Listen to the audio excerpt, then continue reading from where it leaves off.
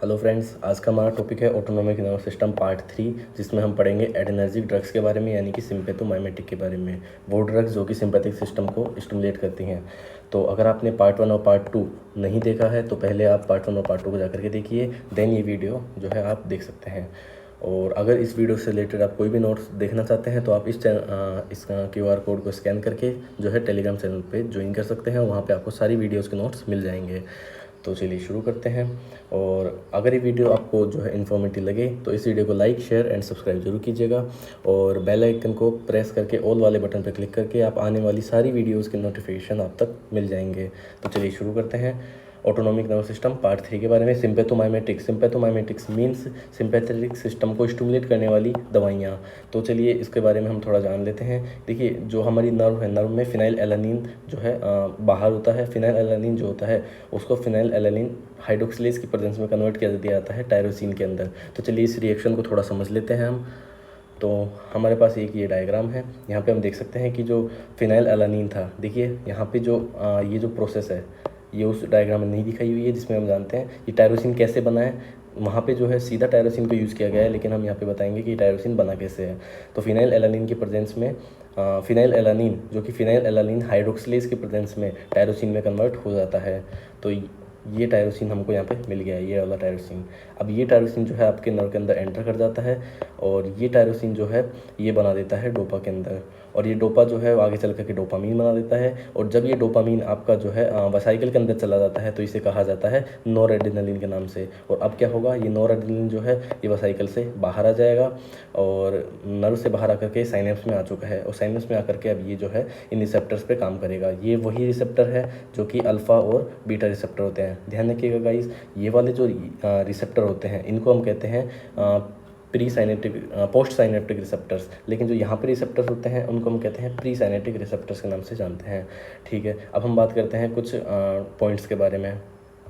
तो चलिए देखते हैं। हमने वही जाना, फिनाइल एलानिन ने फिनाइल एलानिन हाइड्रोक्सिलेज के प्रेजेंस में टायरोसिन में कन्वर्ट कर दिया है। और टायरोसिन जो है टायरोक्सिलिन हाइड्रोक्सिलेज के प्रेजेंस में डोपा में कन्वर्ट हो गया, डोपा डोपामीन में। और जब ये डोपामीन वेसाइकल के अंदर गया तो नॉरएड्रेनालिन बन गया। और नॉरएड्रेनालिन जो है वो नर्व से बाहर आकर के साइनेप्स में आ गया और साइनेप्स में आकर के अपना काम कर सकता है रिसेप्टर्स के ऊपर। तो जब जब नॉरएड्रेनालिन जो दवाइयाँ नॉरएड्रेनालिन को रिलीज़ करेंगी साइनेप्स के अंदर, वो दवाइयाँ जो है सिंपैथेटिक सिस्टम को स्टिमुलेट करेंगी। लेकिन अगर कोई दवाई जो है किसी तरीके से नॉरएड्रेनालिन को साइनेप्स में आने से रोक रही है, इसका मतलब सिंपैथेटिक एक्टिविटी जो है वहाँ पे कम हो जाएगी, जिसको हम पढ़ेंगे सिंपैथोलाइटिक्स के जरिए, जो हमारा ऑटोनॉमिक नर्वस सिस्टम का पार्ट 4 होने वाला है। तो चलिए शुरू करते हैं। और अब हम देखें तो हमारे पास कुछ दवाइयाँ हैं। दवाइयाँ कौन सी? हमारे पास एक ऐसी दवाई है जो टायरोसिन से डोपामीन के बनने को रोक देती है। और नंबर 1 दवाई ऐसी कौन सी है? वो है मी टायरोसिन। देखिए, दवाई खुद कहना चाह रही है मी टायरोसिन, मतलब मैं टायरोसिन को जो है डोपामीन बनाने से रोकूंगी। तो दवाई का नाम क्या हो गया? मी टायरोसिन, जो कि यहाँ पे काम करेगी और जो है डोपामीन को जो है रोक देगी। डोपामीन बनेगा ही नहीं तो नॉरएड्रेनालिन आएगा ही नहीं। तो ये वो दवाई है जो कि सिंपैथेटिक सिस्टम की एक्टिविटी को कम कर देगी। उसके बाद हमने देखा रिजर्पिन वाली दवाइयाँ। रिजर्पिन जो है ये वो दवाई है जो कि डोपामीन को जो है वेसाइकल में जाने से रोकती है और नॉरएड्रेनालिन बनाने से रोकती है। तो नाम क्या हो गया इस दवाई का? रिजर्पिन नाम है। रिजर्पिन की अगर हम बात करें तो रिजर्पिन जो है बहुत ही पुरानी हो चुकी है और इसका एक साइड इफेक्ट भी है, कॉमन साइड इफेक्ट, कि ये क्या करती है, हमारे ब्रेन में सेरोटोनिन के लेवल को कम कर देगी, जिसके कारण हमको जो है पेशेंट में देखने को मिलेगा पेशेंट डिप्रेशन वाली बीमारियों से जूझ रहे होते हैं। कई पेशेंट को हमने रिजर्पिन दे के देखा और बाद में पता चला कि जिन जिन पेशेंट को रिजर्पिन दी गई थी उन्होंने क्या कर लिया, सुसाइड कर लिया। क्यों? क्योंकि उनको डिप्रेशन हो गया था सेरोटोनिन लेवल के कम होने के कारण। तो बात आती है कि अगर रिजर्पिन ऐसा कर रही है तो फिर क्या हम आज इसको देंगे? नहीं, आज ये जो है पुरानी हो गई है। तो आज की तारीख में जो है न्यू और सेफ ड्रग आ गई हैं। कौन सी ड्रग? उनको हम कहते हैं VMAT2 इनहिबिटर्स के नाम से जानते हैं। VMAT2 इनहिबिटर्स से आपको पता होना चाहिए। VMAT2 इनहिबिटर्स की दवाइयों की बात करें तो हमारे पास 3 दवाइयाँ हैं। TDV करके हम इनको याद करते हैं। नाम क्या हो गया इनका? त्रिदेव हमारा जो है फंडा है एक जस्ट याद रखने के लिए, TDV। तो टी से अगर हम बात करें तो टेट्राबेनाजीन, डी से ड्यूटेट्राबेनाजीन और वी से वालबेनाजीन। देखिए, इसको याद रखने का सिंपल सा फंडा है। बनाजीन नॉर्मली जो है जो गांव के लोग होते हैं उनको हम जो है बनाजी के बुला देते हैं कि और बनाजी कैसे हो। ठीक इसी तरीके से जो है पहले टेट्राबेनाजीन हुआ, टेट्रा के आगे आपने ड्यू लगा दिया तो क्या हो गया, ड्यूटेट्राबेनाजीन। और फिर आपने वाल्वन लगा दिया तो नाम क्या हो गया, वाल्वेनाजीन। और टीडीवी यानी त्रिदेवी के नाम से इनको आप याद रख सकते हैं इजीली।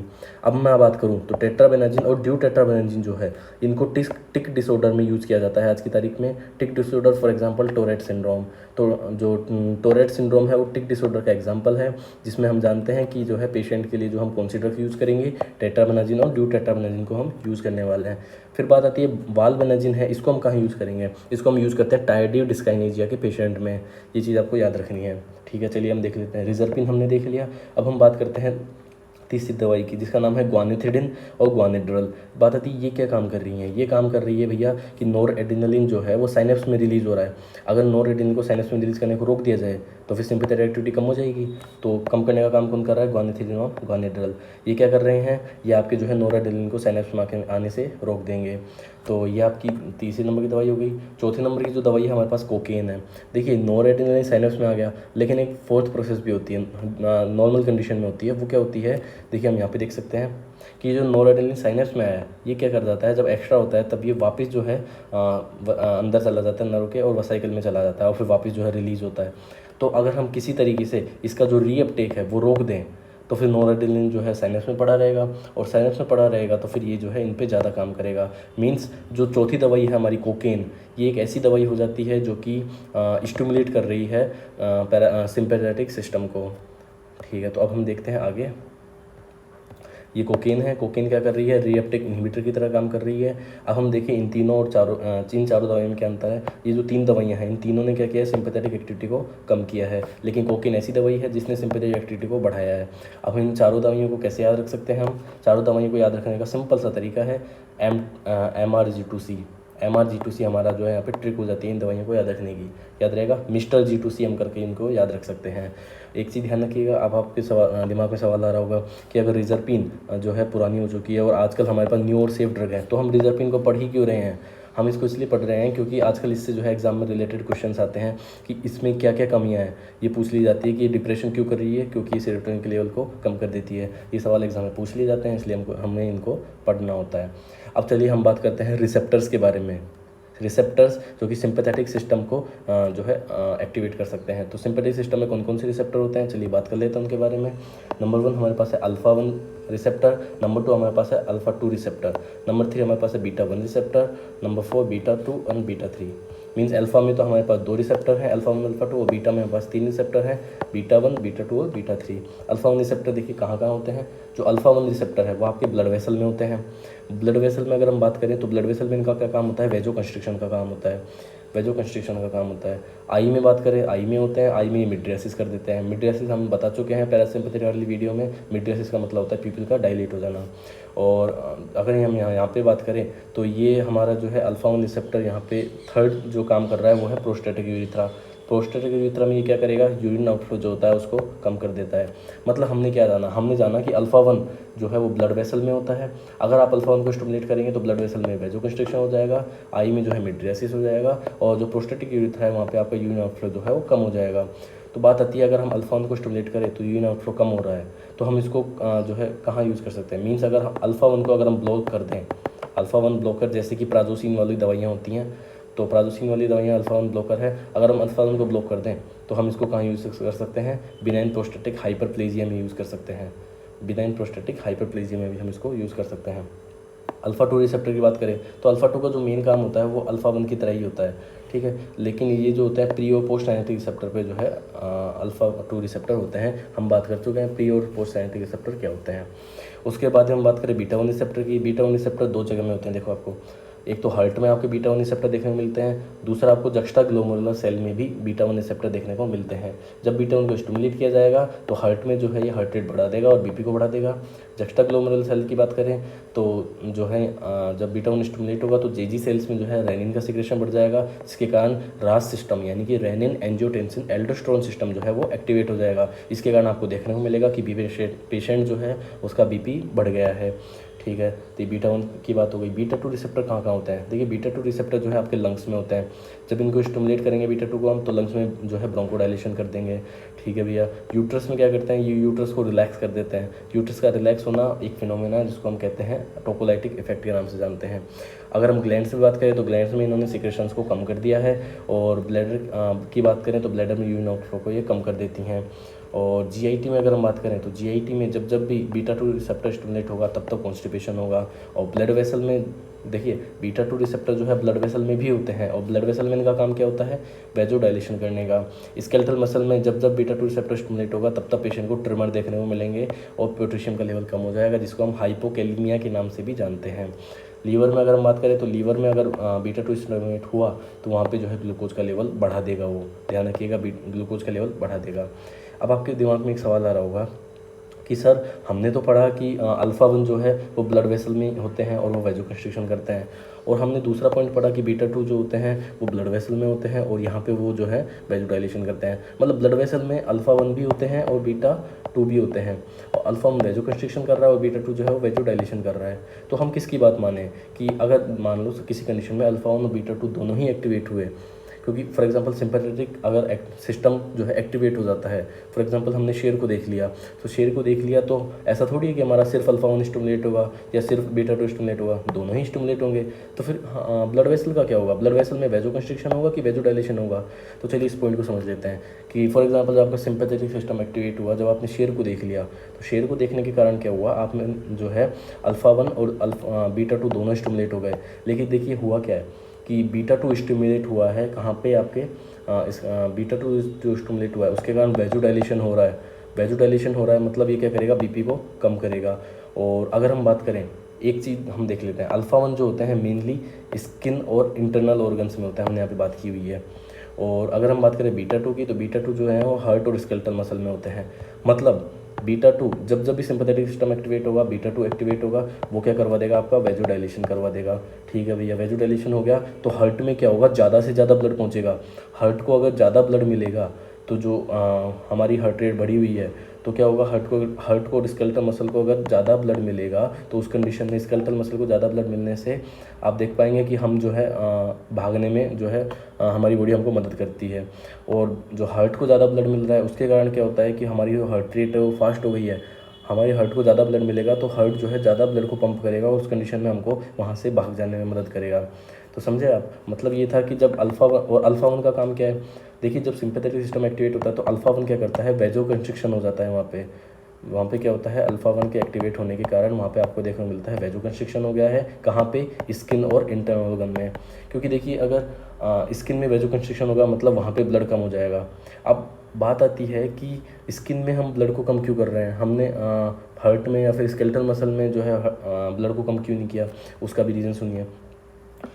देखिए अल्फ़ा 1 और बीटा 2, अल्फ़ा 1 ने वैजोकंस्ट्रिक्शन किया, बीटा 2 ने वैजोडाइलेशन किया। अब जब हमने शेर को देखा तो उसके कारण क्या हुआ, जो स्किन और इंटरनल ऑर्गन थे वहाँ पे ब्लड कम हो गया, और सिंपैथेटिक सिस्टम के एक्टिवेट होने के कारण हो रहा है ये। और बीटा 2 को स्टिमुलेट किया तो हार्ट में और जो आपकी स्केलेटल मसल है वहाँ पे जो है आपका जो है स्केलेटल मसल हार्ट में जो है ब्लड जो है वो बढ़ गया है।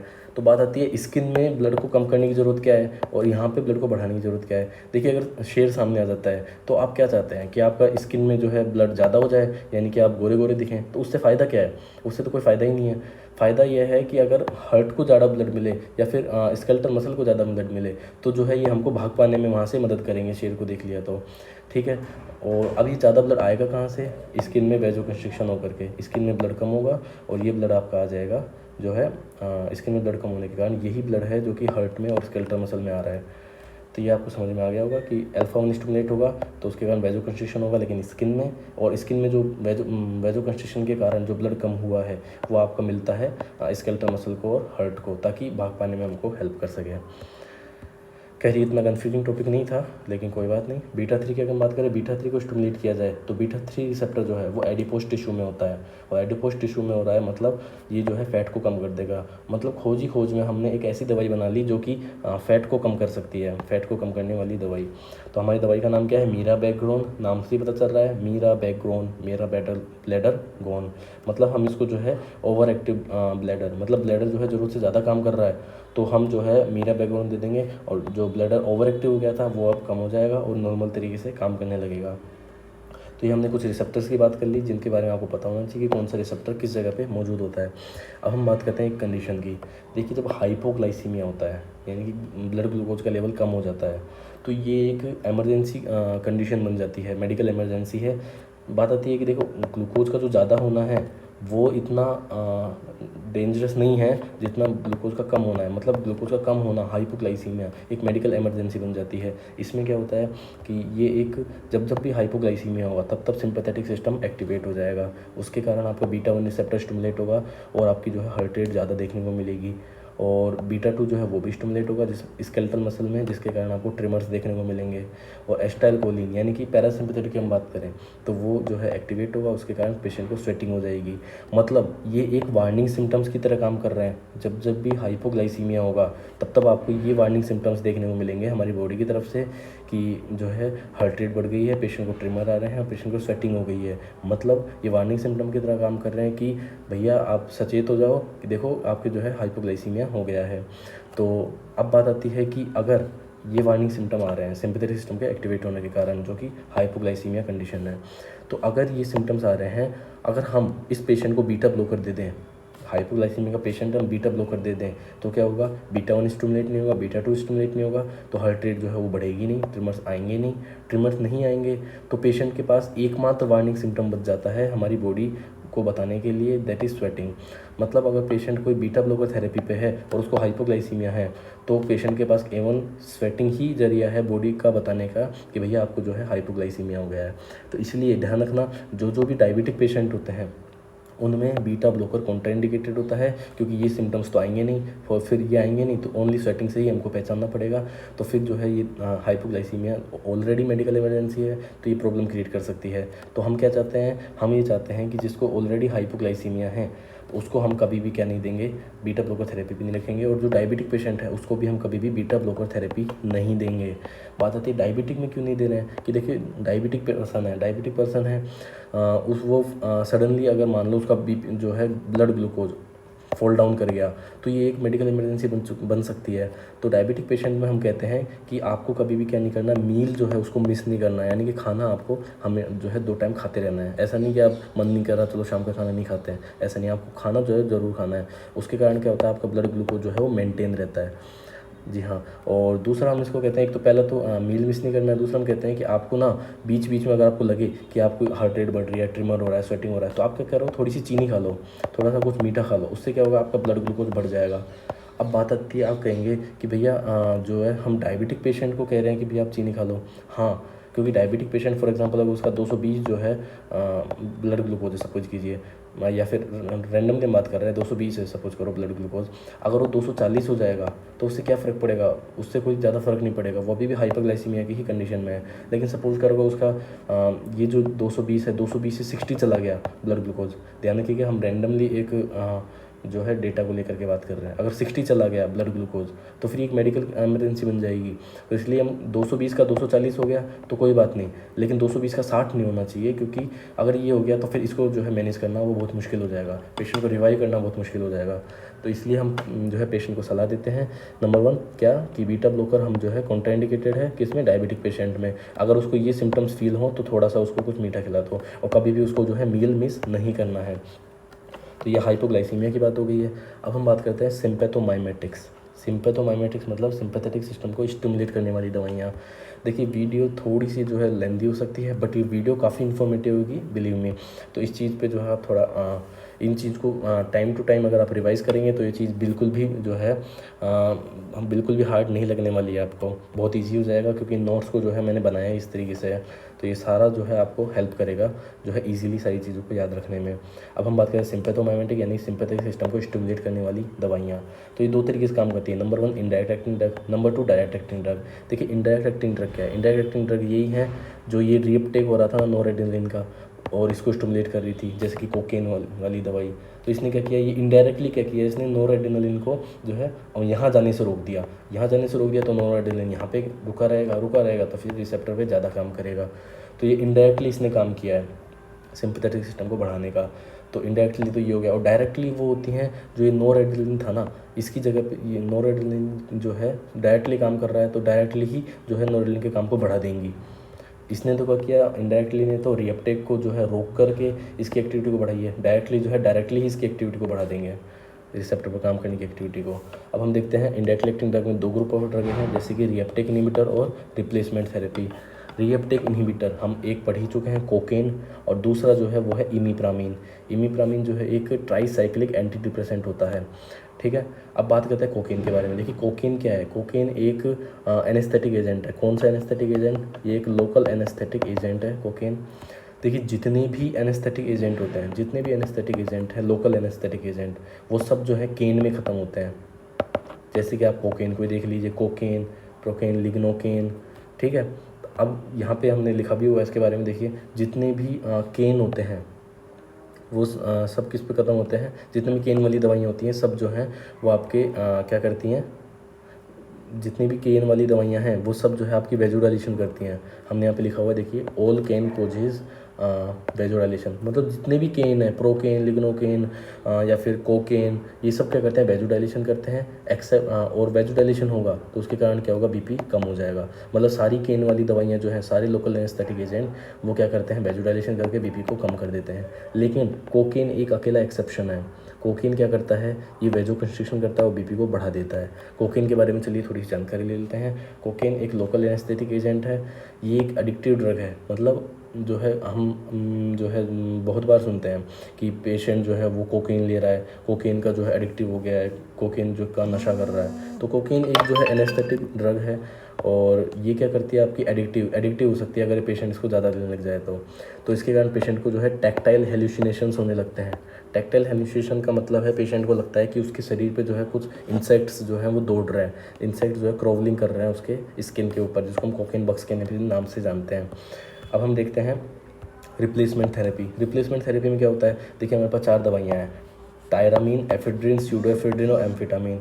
याद रहेगा, टायरामीन, एफेड्रिन, स्यूडोएफेड्रिन और एम्फेटामिन। तो चलिए चारों के बारे में बात कर लेते हैं। टायरामीन जो होता है आपका चीज़ में पाया जाता है सबसे ज़्यादा, ठीक है। तो टायरामीन की बात करिए, रिप्लेसमेंट थेरेपी काम कैसे करती है एक बार इसको समझ लेते हैं। देखिए फॉर एग्जांपल आपके जो है ये नोरेड्रेनालिन है, ठीक है, ये आपके रिसेप्टर्स थे और ये आपका साइनेप्स आ गया और ये नोरेड्रेनालिन है किसमें, आपके वेसिकल के अंदर।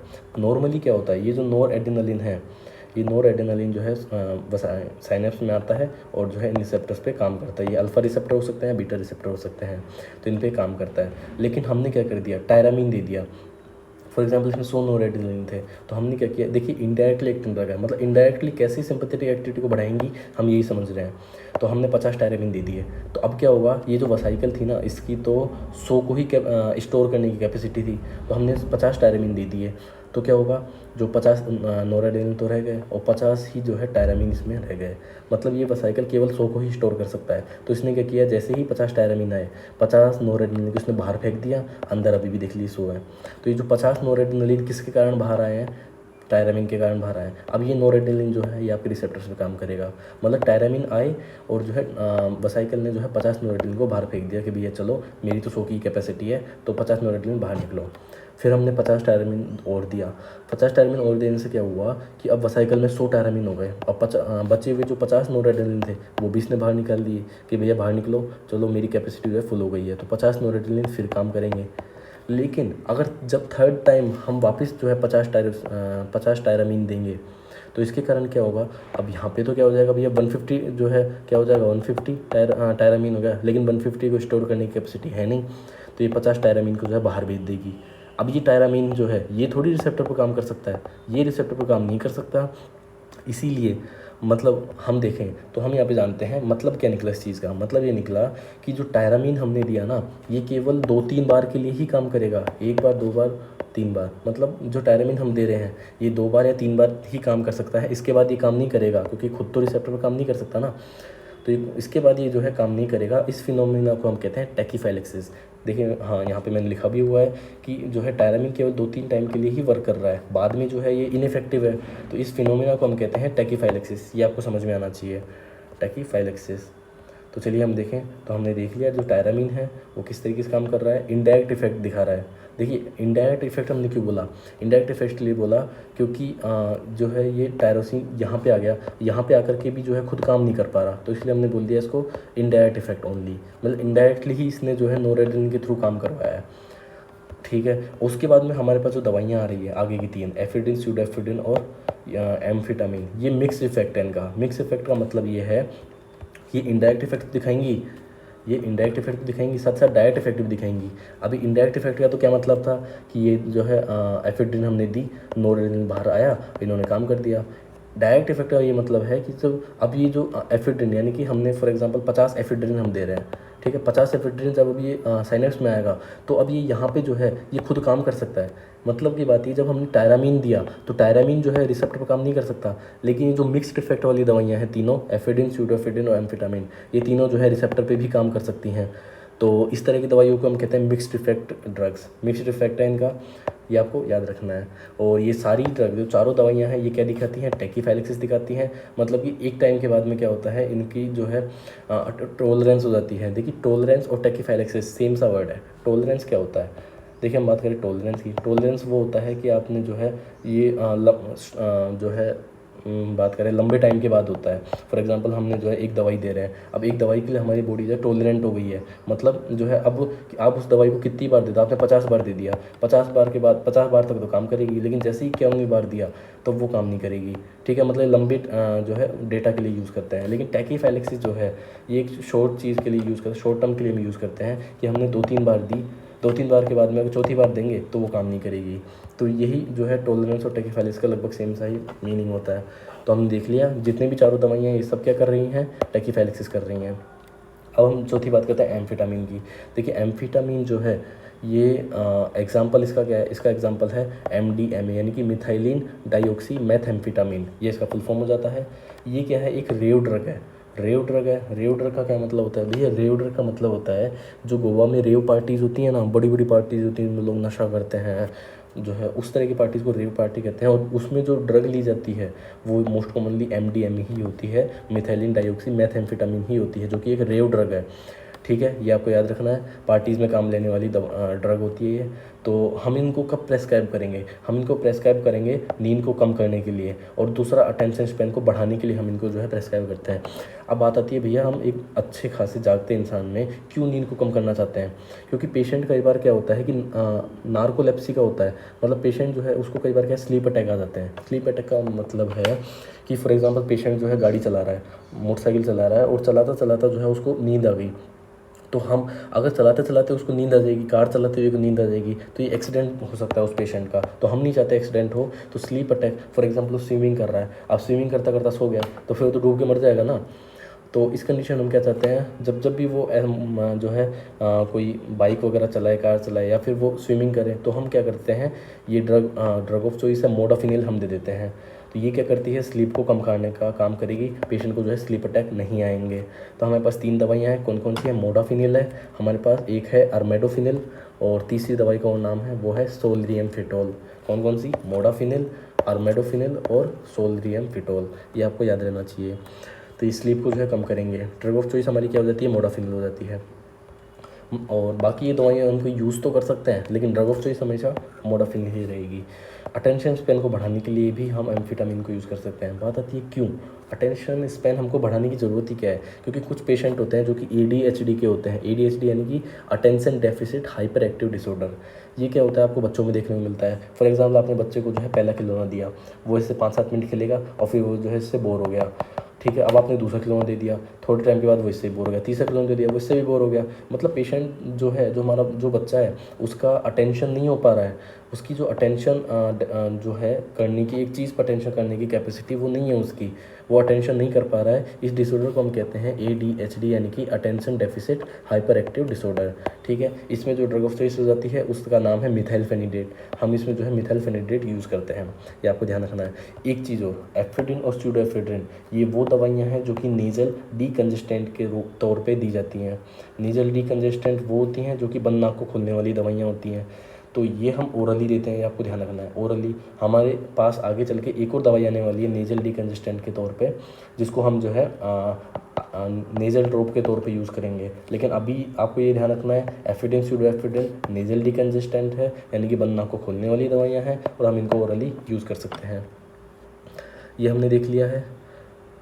ओके, अब आते हैं नेक्स्ट। इस पर हमने क्या देखा, हमने देखा इनडायरेक्टली एक्टिंग ड्रग, ठीक है, जिसमें हमने रिएप्टेक इनहिबिटर और रिप्लेसमेंट थेरेपी देखा। अब हम देखेंगे डायरेक्टली एक्टिंग ड्रग्स के बारे में। देखिए डायरेक्टली एक्टिंग ड्रग्स कैसे काम करती हैं। डायरेक्टली एक्टिंग ड्रग्स ऐसे काम करती हैं कि भैया ये कैटेकोलामीन्स आपका, ठीक है, एग्जाम्पल क्या है इसका, कैटेकोलामीन्स। कैटेकोलामीन्स के बारे में आपको कुछ बातें पता होनी चाहिए कि कैटेकोलामीन को रिकॉग्नाइज करने के लिए हमारे जीआईटी में एक एंजाइम पाया जाता है। नाम क्या है उसका, उसका नाम है COMT, यानी कि कैटेकोलामीन ऑर्थोमिथाइल ट्रांसफरेज। ये आपको पता होना चाहिए। अब इस COMT क्या करता है, जब जब आप कैटेकोलामीन को ओरली दोगे तो क्या होगा, जीआईटी में जो है ये COMT मौजूद है, ये क्या करेगा, इसको जो है मेटाबोलाइज कर देगा, तो फिर दवाई काम ही नहीं कर पाएगी। आपका देने का क्या मतलब रहा। तो इसलिए ध्यान रखना, जितने भी कैटेकोलामीन हैं हम उनको ओरली नहीं देते हैं। तो हम कैसे देते हैं, हम इनको देते हैं तो एंडोजिनस देते हैं या फिर हम इसको एक्सोजिनस देते हैं। तो एंडोजिनस जो कैटेकोलामीन दिए जाते हैं उनका नाम है एड्रेनालिन, नॉरएड्रेनालिन और डोपामीन। और जो एक्सोजिनस दी जाती है उनका नाम है डोब्यूटामीन, आइसोप्रिनालिन जिसको हम आइसोप्रोटेनॉल के नाम से भी जानते हैं, और फिनोल्डोपाम।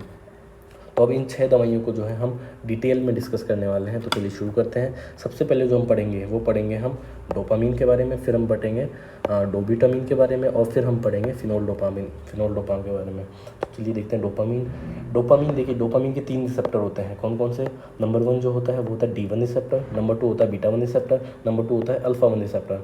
देखिए हम बात कर चुके हैं बीटा 1 रिसेप्टर कहाँ कहाँ होते हैं, वो हार्ट में और जीजी सेल्स में होते हैं। और अल्फा 1 रिसेप्टर जो होते हैं हमने पढ़ा था वो कहाँ होते हैं, ब्लड वेसल में होते हैं, और कहाँ होते हैं, आई में होते हैं, और कहाँ होते हैं आपके प्रोस्टेटिक यूरिथ्रा में होते हैं। ये हमने बात कर ली थी यहाँ पे, याद रहेगा आपको, ये आपको याद रखना है कि ये रिसेप्टर कहाँ कहाँ होते हैं।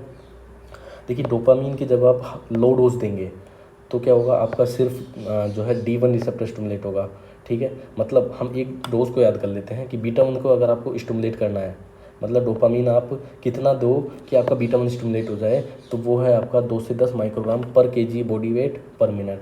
मतलब आपको 1 मिनट में जो है 1 kg वेट के हिसाब से आपको कितना देना है, 2 से 10 माइक्रोग्राम आपको डोपामीन देना है, तब जा करके आपका जो है बीटा 1 स्टिमुलेट हो जाएगा। अगर इस ड्रग से कम अगर आपने दिया, यानी कि 2 माइक्रोग्राम पर kg पर मिनट से आपने कम दी, तो आपका जो है D1 रिसेप्टर स्टिमुलेट हो जाएगा। और आपने इस लेवल से ज़्यादा अगर दी तो आपका जो है अल्फा 1 रिसेप्टर स्टिमुलेट हो जाएगा। तो मतलब की बात ये कि अगर आप हाई डोज देते हो तो आपके जो है तीनों ही स्टिमुलेट हो जाएंगे, ठीक है। अब हम बात करते हैं कि बीटा 1 रिसेप्टर इनको स्टिमुलेट करने की ज़रूरत क्या है। देखिए जब हम ये डोज देंगे तो क्या होगा, बीटा 1 स्टिमुलेट होगा, उसके कारण बीटा 1 जो है वो कहाँ होते हैं, आपके हार्ट में होते हैं, और हार्ट रेट बढ़ जाएगी, ठीक है। अब हार्ट रेट बढ़ जाएगी मतलब हम हार्ट रेट बढ़ाने का काम करेगा, ठीक है। अब आगे भी देख लेते हैं कि भैया जो अल्फा 1 रिसेप्टर है, जब हम इतनी डोज देंगे तो अल्फा 1 स्टिमुलेट हो जाएगा, और अल्फा 1 जो ब्लड वेसल में क्या करेगा, वैसोकंस्ट्रिक्शन करेगा और बीपी को बढ़ा देगा। तो अल्फा 1 जो है बीपी को बढ़ाने का काम कर रहा है। और शॉक में क्या होता है, बीपी कम हो जाता है। शॉक में बीपी इतना कम हो जाता है कि पेशेंट जो है उसको रिवाइव करना बहुत मुश्किल हो जाता है। तो ध्यान रखिएगा, शॉक में जो है हम इस दवाई को यूज़ कर सकते हैं। ये क्या करेगी, बीपी को बढ़ा देगी। शॉक में बीपी जो है बहुत सीवियर कम हो गया था, अगर हम ये दे देंगे तो ये बीपी को बढ़ा देगी, ठीक है। तीसरी जो है D1 रिसेप्टर को अगर हम इतनी ड्रग दें तो D1 को स्टिमुलेट कर देगी। तो D1 रिसेप्टर जो होते हैं वो ब्लड वेसल में ही होते हैं, लेकिन मैक्सिमम कहाँ होते हैं, वो आपके रीनल ब्लड वेसल में होते हैं। तो जब जब भी D1 को स्टिमुलेट किया जाएगा इतनी डोज दे करके, रीनल ब्लड वेसल में जो है आपके जो ये रिसेप्टर हैं वो स्टिमुलेट हो जाएंगे, और ये क्या करेंगे, वैसोडाइलेशन कर देंगे, जिसके कारण बीपी जो आपका कम हो जाएगा। अब बात आती है इनको हम कहाँ यूज कर सकते हैं। देखिए पेशेंट जो है एक्यूट CHF का है, एक्यूट CHF मतलब acute congestive heart failure. Patient जो है हार्ट फेल हो गया है, काम नहीं कर रहा है, मतलब पेशेंट जो हार्ट फेलियर किसको बोलते हैं। देखिए हार्ट फेलियर बोला जाता है कि पेशेंट का जो हार्ट है वो एडिक्वेटली पंप नहीं कर पा रहा है, ना ही एडिक्वेटली जो है हार्ट कॉन्ट्रैक्ट कर पा रहा है। तो हम क्या चाहते हैं कि हार्ट जो है एडिक्वेटली पंप भी करे और जो है एडिक्वेटली कॉन्ट्रैक्ट भी करे। देखिए पंप करने का क्या मतलब है, पंप करने का मतलब है जो हमारा वेंट्रिकल है ना, वो 80 ml ऑफ ब्लड को जो है पंप आउट करता है हर बीट में। अगर ये किसी टाइम में 70 ml ही जो है पंप आउट कर पा रहा है, मतलब 10 ml तो आपका हार्ट में ही रह गया ना, हार्ट में रह गया तो फिर हार्ट में इतना स्पेस थोड़ी ना है कि 10 ml को स्टोर कर पाए। तो इसलिए जो है आपका हार्ट जो है फेल हो जाएगा, मतलब पंप नहीं कर पा रहा है और कॉन्ट्रैक्ट नहीं कर पा रहा है, मतलब आपका जो है हार्ट फेल हो गया है। तो हम इस कंडीशन में क्या करेंगे, हम दे देंगे बीटा रिसेप्टर को स्टिमुलेट करने के लिए इतनी डोज दे देंगे डोपामीन की। ये क्या करेगी, हार्ट रेट को बढ़ा देगी। हार्ट रेट को अगर ये बढ़ा देगी मतलब जो कॉन्ट्रैक्टिलिटी थी ना, कॉन्ट्रैक्टिलिटी वापस रीस्टोर हो सकती है। तो एक्यूट कंजस्टिव हार्ट फेलियर में बीटा 1 जो स्टिमुलेटर है, हम इतनी डोज पे डोपामिन को दे करके बीटा 1 को स्टिमुलेट कर सकते हैं। तो हम इनको बीटा 1 स्टिमुलेटर को यूज़ कर सकते हैं। दूसरा शॉक में, देखिए शॉक में हम जो है हमने बताया था कि हम अल्फा रिसेप्टर का स्टिमुलेटर यूज़ कर सकते हैं, डोपामिन को यूज़ कर सकते हैं इतनी डोज दे करके इन कंडीशन ऑफ शॉक, ठीक है। तो ये हमने बात कर ली थी। लेकिन शॉक विद ओलिगोयूरिया है, अब देखिए यहाँ पे जो है थोड़ा मतलब जो मीनिंग है वो सेंस जो है चेंज हो जाता है। ओलिगोयूरिया का क्या मतलब होता है कि जो पेशेंट है ना उसकी किडनी में भी किडनी अफेक्टेड है, मतलब उसका जो यूरिन आउटपुट है ना वो कम हो गया है। अब हम क्या चाहते हैं कि अगर पेशेंट को शॉक भी है, मतलब उसका बीपी भी कम है और उसका जो यूरिन आउटपुट है वो भी कम है, तो हम ऐसी दवाई ढूंढ लें जो दोनों को ही ठीक कर दे, तो हमारा काम हो जाएगा। तो हमारा एम क्या है, देखिए जो शॉक था, शॉक में हमारा एम था बीपी को बढ़ाना, ओलिगोयूरिया में जो हमारा एम है वो रीनल ब्लड फ्लो को बढ़ाना है। बीपी शॉक का बढ़ाना था हमको, तो हमने क्या दे दिया, अल्फा वन स्टिमुलेटर दे दिया। अब ओलिगोयूरिया को ठीक करना है तो हम क्या करेंगे, हम चाहते हैं कि भैया मैक्सिमम रीनल ब्लड वेसल में D1 होते हैं, तो हम D1 स्टिमुलेटर दे देंगे। उसके कारण क्या होगा, वेसोडाइलेशन होगा, बीपी क्या हो जाएगा, कम हो जाएगा, ठीक है। अब बात आती है कि इसने बीपी को कम कर दिया है, लेकिन हम तो जो है ब्लड फ्लो को बढ़ाना चाहते हैं, तो हमारे पास, अब टेंशन मत लीजिए ना, अल्फा वन भी तो है। अल्फा वन जो है ज़्यादा इफेक्टिव होता है D1 की तुलना में, मतलब ये जो अल्फा वन का इफेक्ट, अल्फा वन तो क्या कर रहा है, बीपी को बढ़ा रहा है, और वेसोडाइलेशन जो D1 है वो बीपी को कम कर रहा है। तो बात आती है नेट इफेक्ट किसका ज़्यादा होगा, अल्फा वन का ज़्यादा होगा, बीपी ज़्यादा होगा, पेशेंट का जो रीनल ब्लड फ्लो है वो सही हो जाएगा, ठीक है, ये सही हो जाएगा। तो इफेक्ट जो है ज़्यादा किसका होगा, अल्फा वन का होगा, बजाय किसके, D1 की तुलना में। तो हम क्या कर देंगे, अल्फा वन को स्टिमुलेट करने वाली दवाई दे देंगे। इससे क्या होगा, पेशेंट का जो है शॉक तो ठीक हो ही जाएगा, साथ ही साथ D1 भी स्टिमुलेट होगा, तो फिर जो है बीपी भी ठीक हो जाएगा। और अब हम बात करते हैं, ये हमने बात कर ली डोपामीन की, ठीक है। अब डोपामीन को ये आपको याद रखना है कि ड्रग ऑफ चॉइस हो जाती है, ध्यान रखना। शॉक विद ओलिगोयूरिया में डोपामीन जो है अल्फा, ये इस डोज के साथ में जो है ड्रग ऑफ चॉइस हो जाती है, ये आपको याद रखना है, ठीक है। और हाँ, ध्यान रखना, जब हम ये डोज देते हैं तब ये तीनों रिसेप्टर स्टिमुलेट होते हैं, तो हार्ट रेट अगर थोड़ी बहुत बढ़ भी जाएगी तो उससे कोई वो मैटर नहीं करता है, क्योंकि आपने क्या, ये डोज दे करके जो है आपने पेशेंट को शॉक से बाहर ले आए, आप पेशेंट को जो है ओलिगोयूरिया से बाहर ले आए, तो ये ड्रग ऑफ चॉइस बन जाती है इस कंडीशन में। तो थोड़ी बहुत अगर हार्ट रेट बढ़ भी जाती है तो उसको तो हम ऐसे ही मैनेज कर लेंगे, ठीक है। अब हम बात करते हैं दूसरी ड्रग डोब्यूटामीन के बारे में। डोब्यूटामीन, देखिए जहाँ पे भी डोपा आ जाए ना, देखिए यहाँ पे डोपा आ गया तो आपको समझ जाना है कि इसके D1 रिसेप्टर भी इसका होगा। कोई सी भी दवाई में अगर डोपा मिल जाए तो मतलब समझ जाना है यहाँ पे D1 रिसेप्टर को स्टिमुलेट किया जाएगा। अब यहाँ पे डोब्यू आ रहा है, डोपा तो कहीं आ ही नहीं रहा, मतलब इसके पास D1 रिसेप्टर नहीं होते हैं, तो फिर इसके कौन से होते हैं, इसके केवल B1 रिसेप्टर होते हैं, मतलब ये केवल B1 रिसेप्टर को स्टिमुलेट करेगी, तो आप इसको अक्यूट कंजस्टिव हार्ट फेलियर में यूज़ कर सकते हैं। देखिए यहाँ पे अगर हम अक्यूट कंजस्टिव हार्ट फेलियर में इसको यूज़ करते हैं, अगर इसको स्टिमुलेट करते तो ये भी स्टिमुलेट होता और ये हमको देखने को मिलता, लेकिन यहाँ पे तो हमको ये वाला इफेक्ट देखने को ही नहीं मिल रहा, केवल ये इफेक्ट देखने को मिल रहा है इस डोज पे। तो डोब्यूटामीन आपको क्या करना है, सिर्फ B1 को स्टिमुलेट करेगी, तो सिर्फ हार्ट रेट को बढ़ाएगी, और हार्ट रेट को बढ़ाने की ज़रूरत किस में, हमको अक्यूट कंजस्टिव हार्ट फेलियर में, तो वहाँ हम इसको यूज़ कर सकते हैं। तीसरी ड्रग आती है फिनोल्डोपान। फिनोल्डोपान जो है, नाम तो पता चल रहा है, देखो डोपा आ गया, नाम में क्या आ गया, डोपा। डोपा आ गया मतलब इसके पास केवल D1 रिसेप्टर होते हैं, ठीक है। हम इसको ओरली नहीं दे सकते, हम इसको IV देते हैं, ध्यान रखना, फिनोल्डोपान को IV दिया जाता है, ठीक है। अब फिनोल्डोपान का काम क्या है, D1 रिसेप्टर को स्टिमुलेट कर रहा है, और D1 क्या कर रहा है, अल्टीमेटली ब्लड प्रेशर को कम कर रहा है, ब्लड प्रेशर को कम कर रहा है, ध्यान रखिएगा। मतलब अगर किसी पेशेंट का ऑलरेडी जो ब्लड प्रेशर है बहुत ज़्यादा है, ठीक है, अगर किसी पेशेंट का ब्लड प्रेशर ज़्यादा है तो उस कंडीशन में हम क्या करेंगे, हम D1 रिसेप्टर को स्टिमुलेट करने वाली दवाई दे देंगे। तो हमने दवाई बना ली फिनोल्डोपाम, ओनली D1 को स्टिमुलेट करती है।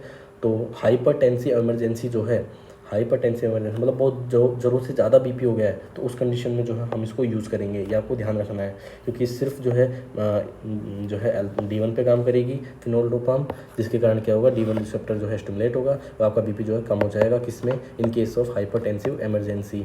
और हाइपरटेंसिव इमरजेंसी के साथ अगर किसी पेशेंट को also with renal disorder, kidney का भी डिसऑर्डर है, तो वो भी ठीक कर देगा। तो सही है ना भैया, क्या दिक्कत है, अगर किसी पेशेंट को हाइपरटेंसिव इमरजेंसी के साथ में रीनल डिसऑर्डर भी है, तो आप केवल फिनोल्डोपाम दे दीजिए, वो जो है अपने आप ठीक हो जाएगा। अब हमने 3 दवाइयों की बात कर ली, अब हम पढ़ेंगे आइसोप्रेनालिन, नोरेड्रेनालिन और एड्रेनालिन के बारे में। तो चलिए इनके बारे में थोड़ा थोड़ा पढ़ लेते हैं। देखिए जो एड्रेनालिन है ना, उसके पास चारों रिसेप्टर होते हैं। जी हाँ, एड्रेनालिन जो है उसके पास 4 रिसेप्टर होते हैं, कौन कौन से, अल्फ़ा 1, अल्फ़ा 2, बीटा 1, बीटा 2। नोरेड्रेनालिन है, उसके पास जो होते हैं अल्फ़ा 1, अल्फ़ा 2 और बीटा 1, 3 रिसेप्टर होते हैं, इसके बाद बीटा 2 नहीं होता है, ठीक है। आइसोप्रेनालिन के पास तो अल्फ़ा होता ही नहीं, इसके पास बीटा 1 और बीटा 2 ही होते हैं, ये आपको ध्यान रखना है, ठीक है। अब देखिए हम क्या जानते हैं, जब जब अगर एड्रेनलिन की बात करते हैं, एड्रेनलिन जो होता है, अगर हम एड्रेनलिन देंगे तो ये चारों रिसेप्टर जो होंगे वो क्या होंगे, स्टिमुलेट होंगे। तो सबसे पहले अल्फा 1 की बात करते हैं। अल्फा 1 स्टिमुलेट होगा तो ये क्या करेगा, बीपी को बढ़ाएगा कि कम करेगा, बीपी को बढ़ाएगा। हम यहाँ पे पढ़ के आ रहे हैं, अल्फा 1 स्टिमुलेट होगा तो बीपी को क्या करेगा, बढ़ाएगा। हम इसको शॉक में यूज़ कर सकते हैं, तो अल्फा 1 स्टिमुलेटर को हम शॉक के तौर पर यूज़ कर सकते हैं, ठीक है। अब अल्फा 2 जो होता है वो अल्फा 1 की तरह ही काम करता है, तो इसका इतना मेन रोल नहीं है। और बीटा 1 की अगर हम बात करें तो बीटा 1 जो होते हैं वो क्या करते हैं, आपकी हार्ट रेट को बढ़ाएंगे। हार्ट रेट को बढ़ाने की ज़रूरत किस में है, अक्यूट कंजस्टिव हार्ट फेलियर में हम इनको यूज़ कर सकते हैं। बीटा 2 जो होता है वो लंग्स में क्या काम करता है, देखिए बीटा 2 लंग्स में वेजो डायलेशन का काम करता है। और वेजो डायलेशन करने की ज़रूरत किस में, हमको अस्थमा में, क्योंकि इसमें जो है ब्रोंको कंस्ट्रिक्शन हो गया है। तो ये बीटा 2 जो है लंग्स में क्या कर देगा, ब्रोंको डायलेशन कर देगा। आपका याद रहेगा आपको, ठीक है। तो इन कंडीशन में जो है हम एड्रेनलिन को यूज़ कर सकते हैं, बट प्रैक्टिकली जो है हम एड्रेनलिन को जो है नहीं देते हैं। बात आती है क्यों, अगर हम इन कंडीशन में एड्रेनलिन को यूज़ कर सकते हैं तो प्रैक्टिकली हम देख ही नहीं सकते। थ्योरेटिकली हम कह रहे हैं हम इनमें दे सकते हैं, प्रैक्टिकली तो हम दे ही नहीं रहे हैं, क्योंकि जो एड्रेनलिन है वो एरिथमोजेनिक होता है, एरिथमिया कर सकता है। इसके लिए हम जो है इसमें इन कंडीशन में एड्रेनलिन को नहीं देते हैं, ये आपको ध्यान रखना है। उसके बाद में अगर हम बात करें नोरेडलिन की, इसके पास अल्फा 1 स्टिमुलेटर है तो हम शॉक में यूज़ कर सकते हैं। बीटा 1 है तो कंजस्टिव हार्ट फेलियर में यूज़ कर सकते हैं। आइसोप्रिनलिन बीटा 1 है तो कंजस्टिव हार्ट फेलियर में यूज़ करेंगे, बीटा 2 है तो अस्थमा में हम यूज़ कर सकते हैं। ध्यान रखिएगा, ओनली फॉर किसी सपोज कीजिए अगर किसी पेशेंट को अस्थमा है तो क्या आप उसको आइसोप्रिनलिन दे देंगे, नहीं देंगे। क्यों, क्योंकि अगर आप आइसोप्रिनलिन दे देंगे तो उसका अस्थमा तो ठीक हो जाएगा, लेकिन उसकी जो हार्ट रेट है वो तो बढ़ गई ना बिना काम में, और उसको कंजस्टिव हार्ट फेलियर थोड़ी था, उसकी तो हार्ट रेट नॉर्मल थी। आपने अस्थमा के लिए अगर आइसोप्रिनलिन को यूज़ किया तो क्या होगा कि बीटा 1 के स्टिमुलेट होने के कारण हार्ट रेट बढ़ गई और बिना काम में उसकी हार्ट रेट बढ़ गई। तो फिर ये दवाई हम देंगे ही नहीं, क्योंकि हमारे पास ऐसी दवाई है जो सिर्फ बीटा 2 स्टिमुलेट करे। तो इसलिए जो है हम जो है अस्थमा के लिए जो है ओनली अस्थमा के लिए जो है आइसोप्रिनलिन को प्रेफर नहीं करेंगे। अब इनके बारे में थोड़ा सा डिटेल में जान लेता है, आइसोप्रिनलिन, नॉरएड्रेनलिन, एड्रेनलिन के बारे में। ये हमने देखा एड्रेनलिन के रिसेप्टर, ये नॉरएड्रेनलिन के रिसेप्टर, और ये आइसोप्रिनलिन के रिसेप्टर। देखिए नॉरएड्रेनलिन जो नॉर वर्ड है ये बता रहा है नो मीन्स नो, और आर मीन्स एल्काइल ग्रुप, मतलब इसके पास कोई एल्काइल ग्रुप यानी कि मिथाइल ग्रुप नहीं है, इसलिए हमने इसको नॉरएड्रेनलिन कहा है, ये आपको ध्यान रखना है। अब एड्रेनलिन की बात कर लेते हैं। देखिए हम बात करते हैं, क्या बात करेंगे, हम बीपी की बात करेंगे और हम बात करेंगे हार्ट रेट की, कि एड्रेनलिन देने पे बीपी का क्या हाल होता है, हार्ट बढ़ती है कम होती है। एड्रेनलिन देने पे हार्ट रेट का काम क्या हाल होता है, कम होती है कि बढ़ती है। तो हमको ये थोड़ा सा समझना होगा। ये टेबल बहुत ही इंपॉर्टेंट होने वाली है, बिलीव मी बहुत इंपॉर्टेंट है टेबल। इस टेबल से इतने क्वेश्चंस आते हैं ना, हर बार इससे जो है टेबल से क्वेश्चंस पूछ लिए जाते हैं, और हर बार जो है लोग कन्फ्यूजन में इसको जो है गलत कर देते हैं। तो इस चीज़ को बिल्कुल ध्यान से समझिएगा। एड्रेनलिन आपने दिया, ये चारों रिसेप्टर स्टिमुलेट हुए, तो देखिए बीपी की हम बात कर रहे हैं और हार्ट रेट की बात कर रहे हैं, ठीक है। अब बीपी जो है वो दो कारणों से हो सकता है, या तो सिस्टोलिक बीपी हो सकता है या फिर वो डायस्टोलिक बीपी हो सकता है। देखिए सिस्टोलिक बीपी क्या होता है, सिस्टोलिक बीपी होता है हार्ट के सिस्टोल के कारण होने वाला बीपी, या हार्ट का सिस्टोल यानी कि कॉन्ट्रैक्शन, मतलब जब भी हार्ट कॉन्ट्रैक्ट करेगा तब जो ब्लड प्रेशर आएगा उसको हम कहते हैं सिस्टोलिक बीपी। तो हार्ट को कॉन्ट्रैक्ट करवाने का काम किसका होता है, बीटा 1 रिसेप्टर का। बीटा 1 रिसेप्टर का आप स्टिमुलेट कर दीजिए, सिस्टोलिक ब्लड प्रेशर बढ़ जाएगा। बोलो सही बात है। तो सिस्टोलिक ब्लड प्रेशर के लिए जो डिपेंडेंट रिसेप्टर है वो कौन है, बीटा 1 रिसेप्टर। अब डायस्टोलिक ब्लड प्रेशर की हम बात करते हैं। देखिए डायस्टोलिक ब्लड प्रेशर ये वो ब्लड प्रेशर है जब हार्ट रिलैक्स करता है ना, तब जो प्रेशर होता है उसको हम ब्लड प्रेशर उसको कहते हैं डायस्टोलिक ब्लड प्रेशर। तो इस कंडीशन में डायस्टोलिक ब्लड प्रेशर में जो बीपी है उसको मेंटेन करने का काम किसका होता है, वो काम होता है आपका ब्लड वेसल का। ध्यान रखिएगा, डायस्टोलिक ब्लड प्रेशर मतलब हार्ट रिलैक्स कर रहा है तो इस कंडीशन में ब्लड प्रेशर को कौन मेंटेन करेगा, ब्लड वेसल्स इस कंडीशन में जो है इसको मेंटेन करेंगे। और ब्लड वेसल में कौन कौन से रिसेप्टर होते हैं, अल्फा 1 रिसेप्टर होता है और बीटा 2 रिसेप्टर होता है। अल्फा 1 जो होता है वो क्या करता है, वेजो कंस्ट्रिक्शन करता है, और बीटा 2 जो होता है वो वेजो डायलेशन करता है। ये बात तो हम पढ़ के आ रहे हैं। तो क्या ध्यान रखना है आपको, सिस्टोलिक बीपी में जो रिसेप्टर्स होते हैं वो होता है बीटा 1, और डायस्टोलिक बीपी को के लिए जो रेस्पॉन्सिबल रिसेप्टर होते हैं वो होते हैं अल्फा 1 और बीटा 2। ये आपको ध्यान रखना है। अब ध्यान सुनिए, एड्रेनलिन हमने दिया तो एड्रेनलिन देने से बीटा 1 क्या हो गया, स्टिमुलेट हो गया। बीटा 1 इसके पास है तो बीटा 1 इसको स्टिमुलेट कर दिया तो सिस्टोलिक ब्लड प्रेशर क्या होगा, बढ़ जाएगा, ठीक है। और एड्रेनलिन दिया तो इसके पास क्या है, देखिए इसके पास डायस्टोलिक ब्लड प्रेशर की क्या कहानी है। एड्रेनलिन आपने दिया तो अल्फा 1 रिसेप्टर जो है उसने क्या कर दिया, वेजो कंस्ट्रिक्शन कर दिया। बीटा 2 ने क्या कर दिया, वेजो डायलेशन कर दिया। मीन्स नेट इफेक्ट जो है वो जीरो है, नेग्लिजिबल है, लगभग लगभग नेग्लिजिबल है। तो यहाँ पे जो है डायस्टोलिक बीपी का कोई यूज़ नहीं होता। तो यूँ पूछ लिया जाता है एग्ज़ाम में कि आपने एड्रेनालिन दिया तो सिस्टोलिक ब्लड प्रेशर बढ़ेगा कि कम होगा, इंक्रीज़, डिक्रीज़, कुछ ऐसे करके ऑप्शन पूछ ले, तो हमारा आंसर क्या होगा, इंक्रीज़। ठीक है, अब हम बात करें नोरेड्रेनालिन की। नोरेड्रेनालिन हमने दिया तो इसके कारण बीटा 1 स्टिमुलेट होगा, तो जो है नोरेड्रेनालिन में भी आपको जो सिस्टोलिक ब्लड प्रेशर बढ़ेगा। और आइसोप्रेनालिन की बात करें तो इसमें भी बीटा 1 है, तो इसमें भी क्या होगा, बीटा सिस्टोलिक ब्लड प्रेशर बढ़ेगा। मतलब आप कोई सी भी ड्रग दे दो, इन तीनों में से तीनों जो है सिस्टोलिक ब्लड प्रेशर को बढ़ाती हैं। ठीक है भैया, आपके 3 क्वेश्चन सोल्व हो गए। अब हम बात करते हैं डायस्टोलिक ब्लड प्रेशर की। तो ये हमने देख ही लिया था कि इन दोनों का नेट इफेक्ट जो है नेग्लिजिबल है। अब हम बात करते हैं नोरेड्रेनालिन की। इसके पास क्या है, बीटा 2 नहीं है, मतलब अल्फा 1 तो है। अल्फा 1 क्या करेगा, आपका ब्रोंको कंस्ट्रिक्शन, वेजो कंस्ट्रिक्शन करेगा। वेजो कंस्ट्रिक्शन करेगा तो बीपी क्या होगा, बढ़ेगा इसका। तो ध्यान रखिएगा, इसके कारण जो है बीपी जो है बढ़ गया है। 2 साइन क्यों लिखे हमने, 2 साइन हमने इसीलिए लिखे इसमें ताकि जो है ये ब्लड प्रेशर बढ़ा हुआ हम दिखा सकें कि बीटा 2 के कारण जो इफेक्ट होता वो ये होता। अब बीटा 2 है नहीं तो क्या हुआ, ये दोनों ही जो है सेम डायरेक्शन में आपको देखने को मिलेंगे। तो डायस्टोलिक ब्लड प्रेशर क्या हो गया, नोरेड्रेनालिन देने पे बढ़ गया है। आइसोप्रेनालिन देने पे जो बीटा 2 है, अब ये क्या करेगा, खुद का तो कम करेगा, अल्फा नहीं है तो उसका भी कम कर दिया इसने। तो क्या देखने को मिला आपको यहाँ पे, नेट इफेक्ट आइसोप्रेनालिन ने जो डायस्टोलिक ब्लड प्रेशर है उसको कम कर दिया है, ये आपको ध्यान रखना होगा। अब हम बात करते हैं हार्ट रेट की क्या कहानी है।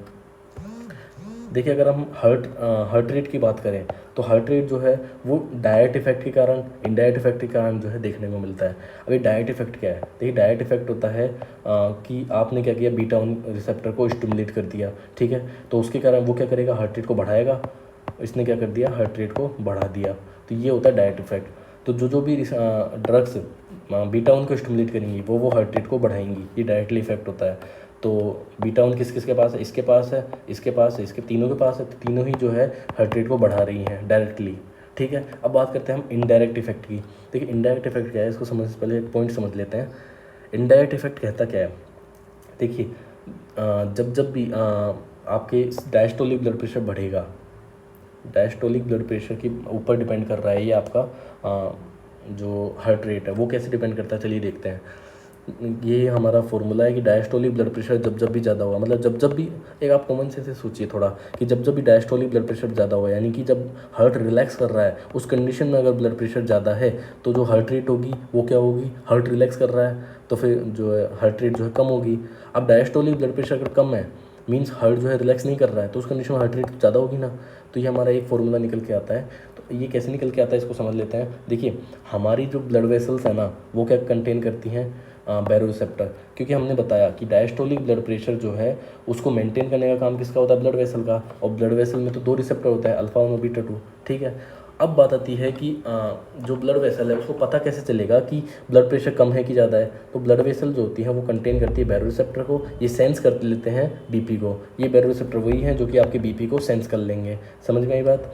उसके बाद हम बात करें तो ये जो सेंस कर रहे हैं बीपी, अब ये जो बैरोरिसेप्टर जो बीपी को सेंस कर रहे हैं, वो बीपी कौन सा होता है, वो होता है मेन ब्लड प्रेशर, यानी कि डायस्टोलिक ब्लड प्रेशर, जिसका फॉर्मूला ये होता है mean blood pressure is equals to diastolic blood pressure plus 1/3 by pulse pressure. और पल्स प्रेशर क्या होता है आपका, ध्यान रखिएगा, पल्स प्रेशर हमेशा systolic blood pressure minus diastolic blood pressure होता है। हम नॉर्मली ब्लड प्रेशर क्या लिखते हैं, 120/80। तो ये सिस्टोलिक ब्लड प्रेशर, ये डायस्टोलिक ब्लड प्रेशर है। अगर इन दोनों को माइनस कर दें 120 माइनस 80, तो जो 40 निकल करके आया ये आपका पल्स प्रेशर हो जाता है। अब हम बात करते हैं किसी कंडीशन में अगर डायस्टोलिक ब्लड प्रेशर ज़्यादा है, ठीक है, यानी कि हार्ट जो है रिलैक्स कर रहा है, उस कंडीशन में डायस्टोलिक ब्लड प्रेशर ज़्यादा है, तो उसको सेंस कौन कर लेगा, बैरोरिसेप्टर ने उसको सेंस कर लिया, उन्होंने इन्फॉर्मेशन भेजी ब्रेन को, ब्रेन ने जो है उसके 2 ही हाथ है, पैरासिम्पैथेटिक सिस्टम, तो उसने क्या कर दिया, पैरासिम्पैथेटिक सिस्टम को एक्टिवेट कर दिया और हार्ट रेट क्या हो गई उसकी, कम हो गई। लेकिन जब डायस्टोलिक ब्लड प्रेशर कम होगा तब बैरोरिसेप्टर क्या होंगे, स्टिमुलेट होंगे। उस कंडीशन में ब्रेन को जो है मैसेज जाएगा कि भैया जो है ब्लड प्रेशर कम हो रहा है, तो वो क्या करेगा जो सिंपैथेटिक सिस्टम है उसको स्टिमुलेट कर देगा और हार्ट रेट को इस तरीके से बढ़ा देगा। तो ये आपको ध्यान रखना है। एक बात हम यहाँ था कि जो पल्स प्रेशर है वो किसका ज़्यादा होता है, वो आइसोप्रेनालिन का ज़्यादा होता है, फिर एड्रेनालिन, फिर नोरेड्रेनालिन। लेकिन हमको उसको समझना है कि क्यों पल्स प्रेशर इसका ज़्यादा है, तो उसके लिए हमको थोड़ा इनडायरेक्ट इफेक्ट देखते हैं। तो इनडायरेक्ट इफेक्ट में हमने क्या जाना कि जब जिसका डायस्टोलिक ब्लड प्रेशर जो है जितना ज़्यादा होगा उसका इनडायरेक्ट इफेक्ट उतना ही कम होगा हार्ट रेट के ऊपर। मतलब हमने देखा अगर डायस्टोलिक ब्लड प्रेशर ज़्यादा है तो उसकी हार्ट रेट कम होगी, और अगर डायस्टोलिक ब्लड प्रेशर कम है तो उसकी हार्ट रेट ज़्यादा होगी। मतलब ये फॉर्मूला निकल कर के आ जाता है।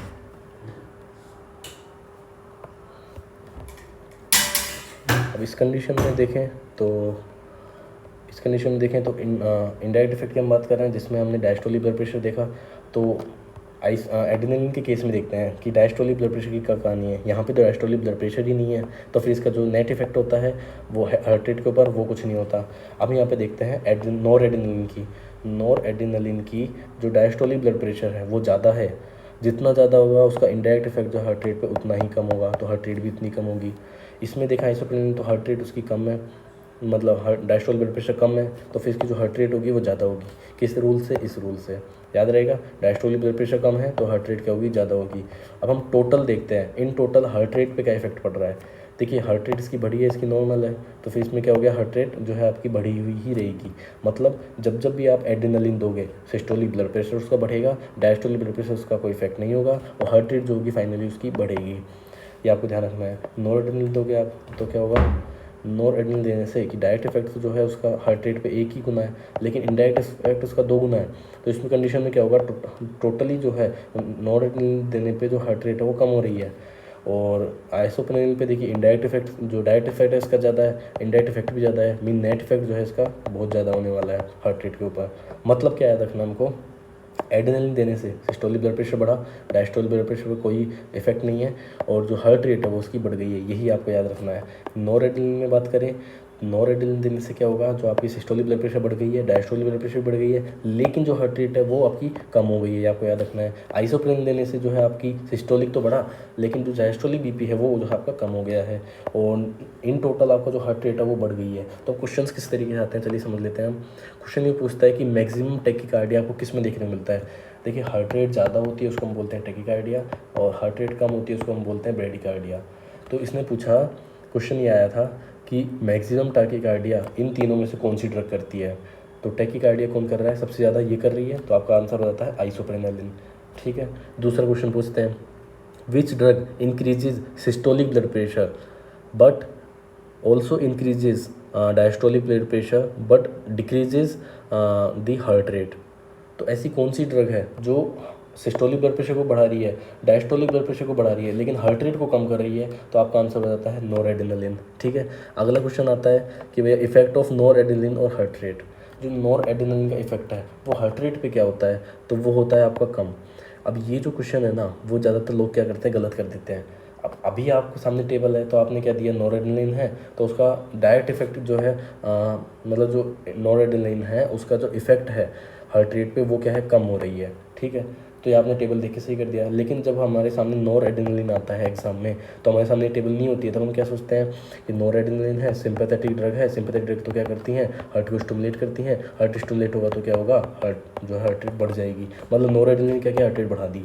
तो इस तरीके से हम गलत कर देते हैं, हमको ये गलती नहीं करनी है। तो नॉर एड्रेनलिन दिया तो हार्ट रेट क्या हो रही है, उसकी कम हो रही है, आपको याद रखना है। आइसोप्रेनालिन दे रहे हैं हम, तो उसके कारण क्या हो रहा है, आइसोप्रेनालिन के कारण ये आपकी जो मैक्सिमम टैकीकार्डिया आपको देखने को मिलेगा। अच्छा, एक और क्वेश्चन है कि which drug maximum increase pulse pressure. मतलब कौन सी ड्रग है जिसका मैक्सिमम पल्स प्रेशर होता है। देखिए पल्स प्रेशर उसका ज़्यादा होता है, फॉर एग्जांपल हम नॉर्मली बात करें, देखिए नॉर्मली अगर हम बात करें, ये आपका मान लीजिए 120 आपका जो है सिस्टोलिक ब्लड प्रेशर, और ये जो है आपका 80 जो है डायस्टोलिक ब्लड प्रेशर है। सिस्टोलिक बीपी, ये आपका हो गया डायस्टोलिक बीपी। हमने कहा था जो पल्स प्रेशर होता है वो क्या होता है, systolic BP minus diastolic BP होता है। ठीक है, तो इस कंडीशन में जो आपका पल्स प्रेशर है वो आपका कितना हुआ, 120 माइनस 80, मतलब आपका जो होता है 40 जो है आपका पल्स प्रेशर हो जाता है इस कंडीशन में। ठीक है, लेकिन अब हम इस कंडीशन को जो है थोड़ा देखते हैं कि इसमें क्या हुआ है। आइसोप्रेनालिन आपने दी, आइसोप्रेनालिन देने के कारण क्या हुआ कि जो सिस्टोलिक ब्लड प्रेशर है वो तो आपका क्या हुआ, 1 गुना बढ़ गया। ठीक है, लेकिन डायस्टोलिक ब्लड प्रेशर देने के कारण जो ब्लड प्रेशर है से डायस्टोलिक ब्लड प्रेशर वो 2 गुना कम हो गया। मतलब ये कि सिस्टोलिक ब्लड प्रेशर 1 गुना बढ़ा आपका, ठीक है, लेकिन डायस्टोलिक ब्लड प्रेशर आपका क्या हो गया, 2 गुना जो है वो कम हो गया। मतलब अब क्या है, ये रेंज है। पहले क्या रेंज थी, ये रेंज थी जिसमें 40 था आपका। अब जो सबसे ज़्यादा जो है आपको क्या देखने को मिल रहा है, आपको यहाँ पे देखने को मिलेगा। तो सबसे ज़्यादा पल्स प्रेशर आपको इसी ड्रग में देखने को मिलेगा। तो ये ध्यान रखना, इसने यही पूछा था कि जो कौन सी ड्रग है जिसका मैक्सिमम पल्स प्रेशर होता है। देखिए डायस्टोलिक ब्लड प्रेशर का ज़्यादा और जो सिस्टोलिक ब्लड प्रेशर है उसका कम, तो वो कौन सी ड्रग हो जाती है आपकी, आइसोप्रेनिलिन। ये आपको याद रखना है। उसके बाद में आपको याद रखना है कि एक और क्वेश्चन में सुनिएगा, effect of noradrenaline on transplanted heart. मतलब हार्ट क्या किया गया है, ट्रांसप्लांट किया गया है, तो उसमें नॉर एड्रेनलिन का क्या इफेक्ट होगा। ये नॉर एड्रेनलिन है, उसका ट्रांसप्लांटेड हार्ट पे क्या इफेक्ट होगा, उसकी हार्ट रेट पे क्या इफेक्ट होगा। तो बात आती है कि हार्ट रेट, अगर ट्रांसप्लांटेड वर्ड यूज़ नहीं करता तो हम कह देते हार्ट रेट कम, लेकिन हार्ट रेट जो है ये ट्रांसप्लांटेड हार्ट है। तो इस कंडीशन में क्या होगा, जो आपका इनडायरेक्ट इफेक्ट आ रहा था ना, वो किसके कारण आ रहा था, पैरासिम्पैथिक सिस्टम के कारण आ रहा था। अब हार्ट जब हम ट्रांसप्लांट करते हैं ना, तब हम मेजर जो चीज़ें होती हैं, एओर्टा हो गया या फिर आपका और भी कुछ मेजर पार्ट्स हो गए, पल्मोनरी आर्टरी हो गई, पल्मोनरी वेन हो गई, हम उनको जोड़ देते हैं। लेकिन हम जो पैरासिम्पैथिक सिस्टम के जो नर्व्स हैं उनको हम जोड़ नहीं पाते हैं। तो इसलिए जो पैरासिम्पैथिक का जो इफेक्ट आ रहा था ना, इनडायरेक्ट इफेक्ट, वो यहाँ पे ख़त्म हो जाएगा। किस कंडीशन में, ट्रांसप्लांट हार्ट की कंडीशन में। तो अगर क्वेश्चन आता है इफेक्ट ऑफ नॉर एड्रेनलिन और हार्ट, तो आपका जो जवाब होगा वो होगा डिक्रीज हार्ट रेट। लेकिन अब इसने कहा effect of noradrenaline on transplanted heart, तो उस कंडीशन में ये इफेक्ट कैंसिल हो जाएगा। तो आपका जो आंसर होगा वो ये होगा। तो ट्रांसप्लांटेड हार्ट में जो नॉर एड्रेनलिन का इफेक्ट होगा हार्ट रेट पे, वो ज़्यादा होगा, हार्ट रेट बढ़ जाएगी। अब एक और क्वेश्चन आता है, effect of noradrenaline on atropinized heart. मतलब हार्ट जो है उसको आपने एट्रोपिन दे रखा है। अब हम सिंपैथेटिक पैरासिम्पैथिक सिस्टम में पढ़ के आ रहे हैं कि अगर एट्रोपिनाइज हार्ट है तो वो क्या करता है, जो M1 M2 और M3 रिसेप्टर है उनको तीनों को क्या करता है, नॉन स्पेसिफिकली ब्लॉक कर देता है। अगर ये ब्लॉक कर दिया, मतलब पैरासिम्पैथिक सिस्टम को इसने ब्लॉक कर दिया, तो एट्रोपिनाइज हार्ट में भी क्या होगा, ये जो इनडायरेक्ट इफेक्ट आ रहा था पैरासिम्पैथिक के कारण वो नहीं आ पाएगा। तो आपका आंसर हो जाएगा ये वाला कि एट्रोपिनाइज हार्ट में जो अगर बात करें तो नॉर एड्रेनलिन के कारण जो हार्ट रेट होगी वो बढ़ जाएगी। तो ये कुछ क्वेश्चन है जिनको हमने सोल्व किया। अब हम बात, ये यहाँ पे दिया हुआ है देख लीजिए, ट्रांसप्लांटेड हार्ट है तो पैरासिम्पैथिक सिस्टम क्या होगा, काम नहीं करेगा, जिसके कारण जो है इनडायरेक्ट इफेक्ट नहीं आएगा, तो आपकी हार्ट रेट बढ़ जाएगी। क्योंकि ये डिनर्वेटेड हार्ट है, आप जो है ट्रांसप्लांटेड हार्ट में नर्व को नहीं जोड़ सकते हो, आप मेजर चीज़ जोड़ देते हो। एट्रोपिनाइज हार्ट है तो उसने पैरासिम्पैथिक सिस्टम को क्या कर दिया है, ब्लॉक कर दिया है रिसेप्टर को। इसके कारण क्या होगा, नॉर एड्रेनलिन का डायरेक्ट इफेक्ट आएगा और हार्ट रेट जो है वो बढ़ जाएगी। तो ये कुछ काम था। अब हम जान लेते हैं कुछ और पॉइंट्स के बारे में, जैसे कि एड्रेनलिन यूजेस के बारे में, कि एड्रेनलिन जो ड्रग है उसको हम कहाँ कहाँ यूज़ कर सकते हैं। देखिए जो एड्रेनलिन है उसको हम यूज़ कर सकते हैं एनाफाइलेक्टिक शॉक में और कार्डियक अरेस्ट में उनको यूज़ कर सकते हैं। अगर हम बात करें एनाफाइलेक्टिक शॉक की, ये देखिए शॉक क्या होता है, शॉक तो होता है बीपी का कम हो जाना, ठीक है। लेकिन एनाफाइलेक्टिक यहाँ पे जुड़ गया है, ये ऐसे ही नहीं जुड़ा है, इसका मतलब है सीवियर ब्रोंकोकंस्ट्रिक्शन। मतलब इस पेशेंट को एनाफाइलेक्टिक होगा, मतलब सीवियर ब्रोंकोकंस्ट्रिक्शन तो है ही, साथ ही साथ में उसका बीपी भी कम हो गया है। तो हमारे पास जो ड्रग ऑफ चॉइस हो जाती है वो हो जाती है एड्रेनलिन। क्योंकि एड्रेनलिन क्या करेगी आपका, देखिए भैया एड्रेनलिन जो है वो आपका जो अल्फ़ा 1 है उसको स्टिमुलेट करके जो है आपके जो बीपी है उसको कम बीपी को जो है बढ़ा देगी।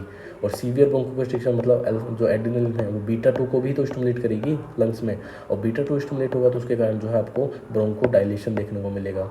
मतलब एनाफाइलेक्टिक शॉक में जो हमारे पास ड्रग ऑफ चॉइस हो जाती है वो हो जाती है एड्रेनलिन। ध्यान रखिएगा, हम एड्रेनलिन को IV नहीं देते हैं, ठीक है। हम कैसे देते हैं, इंट्रामस्कुलर रूट से देते हैं। अगर आप इस तरीके से नहीं दे पा रहे हैं तो आप सबक्यूटेनियसली भी दे सकते हैं, लेकिन मेजर प्रायोरिटी जो है वो इंट्रामस्कुलर को दी जाएगी। अब एड्रेनलिन जो होता है वो बहुत ही एरिथ्मोजेनिक होता है, जैसे कि हम बात कर रहे थे, तो इसको हम IV नहीं देते हैं, अदरवाइज एरिथमिया हो जाएगा। और पेशेंट जो, अगर हमने IV दे दिया ना पेशेंट को तो पेशेंट वैसे ही मर जाएगा, तो हम IV नहीं देते हैं। तो हम एड्रेनलिन की भी जो डोज दे रहे हैं ना इंट्रामस्कुलर, वो भी कैसे देते हैं, 1:1000 फॉर्म में दे रहे हैं। यहाँ पे जो है 1 ग्राम में है और जो 1000 है वो ml में है। मतलब 1 ग्राम जो एड्रेनलिन है ना वो आप दे रहे हो 1000 ml सॉल्यूशन में। या फिर हम इसको ये भी कह सकते हैं कि 1000 मिलीग्राम एड्रेनलिन हम दे रहे हैं 1000 ml सॉल्यूशन में। ये आपका एड्रेनलिन हो गई, ये डोज आपको याद रखनी है किस डोज में दे रहे हैं आप। ध्यान रखिएगा, एनाफाइलेक्टिक शॉक में सबसे पहले हम पेशेंट को जो है इस सॉल्यूशन को, ये आपको जो ट्रे होती है मेडिकल ट्रे, उसमें आपको ये सॉल्यूशन मिल जाता है। आपको बस इसको जो है इंट्रामस्कुलर रूट से देना होता है। फर्स्ट टाइम क्या करेंगे, हम इस ड्रग को दे देंगे। अगर जो कंडीशन है वो इम्प्रूव नहीं हो रही है तो हम क्या करेंगे कि दोबारा इसी डोज को रिपीट कर देंगे। इसी डोज को हम दोबारा रिपीट कर देंगे 10 मिनट के अंदर अंदर, अगर पेशेंट की कंडीशन इम्प्रूव नहीं होती है, ठीक है। पेशेंट की कंडीशन सेकंड बार जो है ये एड्रेनलिन देने से इस तरीके से फिर भी कंडीशन अगर इम्प्रूव नहीं हो रही है तो हम क्या करेंगे, हम अब की बार जाहिर सी बात अगर सेकंड बार भी इम्प्रूव नहीं है तो थर्ड बार भी इम्प्रूव नहीं होगी। और एक मेडिकल इमरजेंसी है, तो हम क्या करेंगे, इस कंडीशन में पेशेंट को आईवी एड्रेनालिन दे देंगे। अब बात आ रही है आईवी एड्रेनालिन नहीं दिया तो पेशेंट मर सकता है। भैया वो ऑलरेडी मर सकता है, क्योंकि आप 2 बार एड्रेनालिन दे चुके हो, वो ऑलरेडी उसकी जान खतरे में है। अगर आपने आईवी नहीं दिया तो वैसे जो है वो आईवी देने से आपके थोड़े बहुत चांस है कि आप उसको बचा सकते हो। अगर आपने आईवी नहीं दिया तो वैसे ही मर ही जाएगा। तो आईवी एड्रेनालिन देना हमारे पास एक लास्ट ऑप्शन बच जाता है, लेकिन हम इस जो है सॉल्यूशन में नहीं देंगे। हम क्या करेंगे, इसी सॉल्यूशन में इसको 10 टाइम्स जो है और डाइल्यूट कर देंगे, मतलब 1:1 10,000, यानी 1 ग्राम आईवी एड्रेनालिन हम देंगे 10,000 सॉल्यूशन में। ध्यान रखिएगा ये किस तरीके से क्या है, रूटीन डाइल्यूट जो है हम कर सकते हैं इसको इस तरीके से।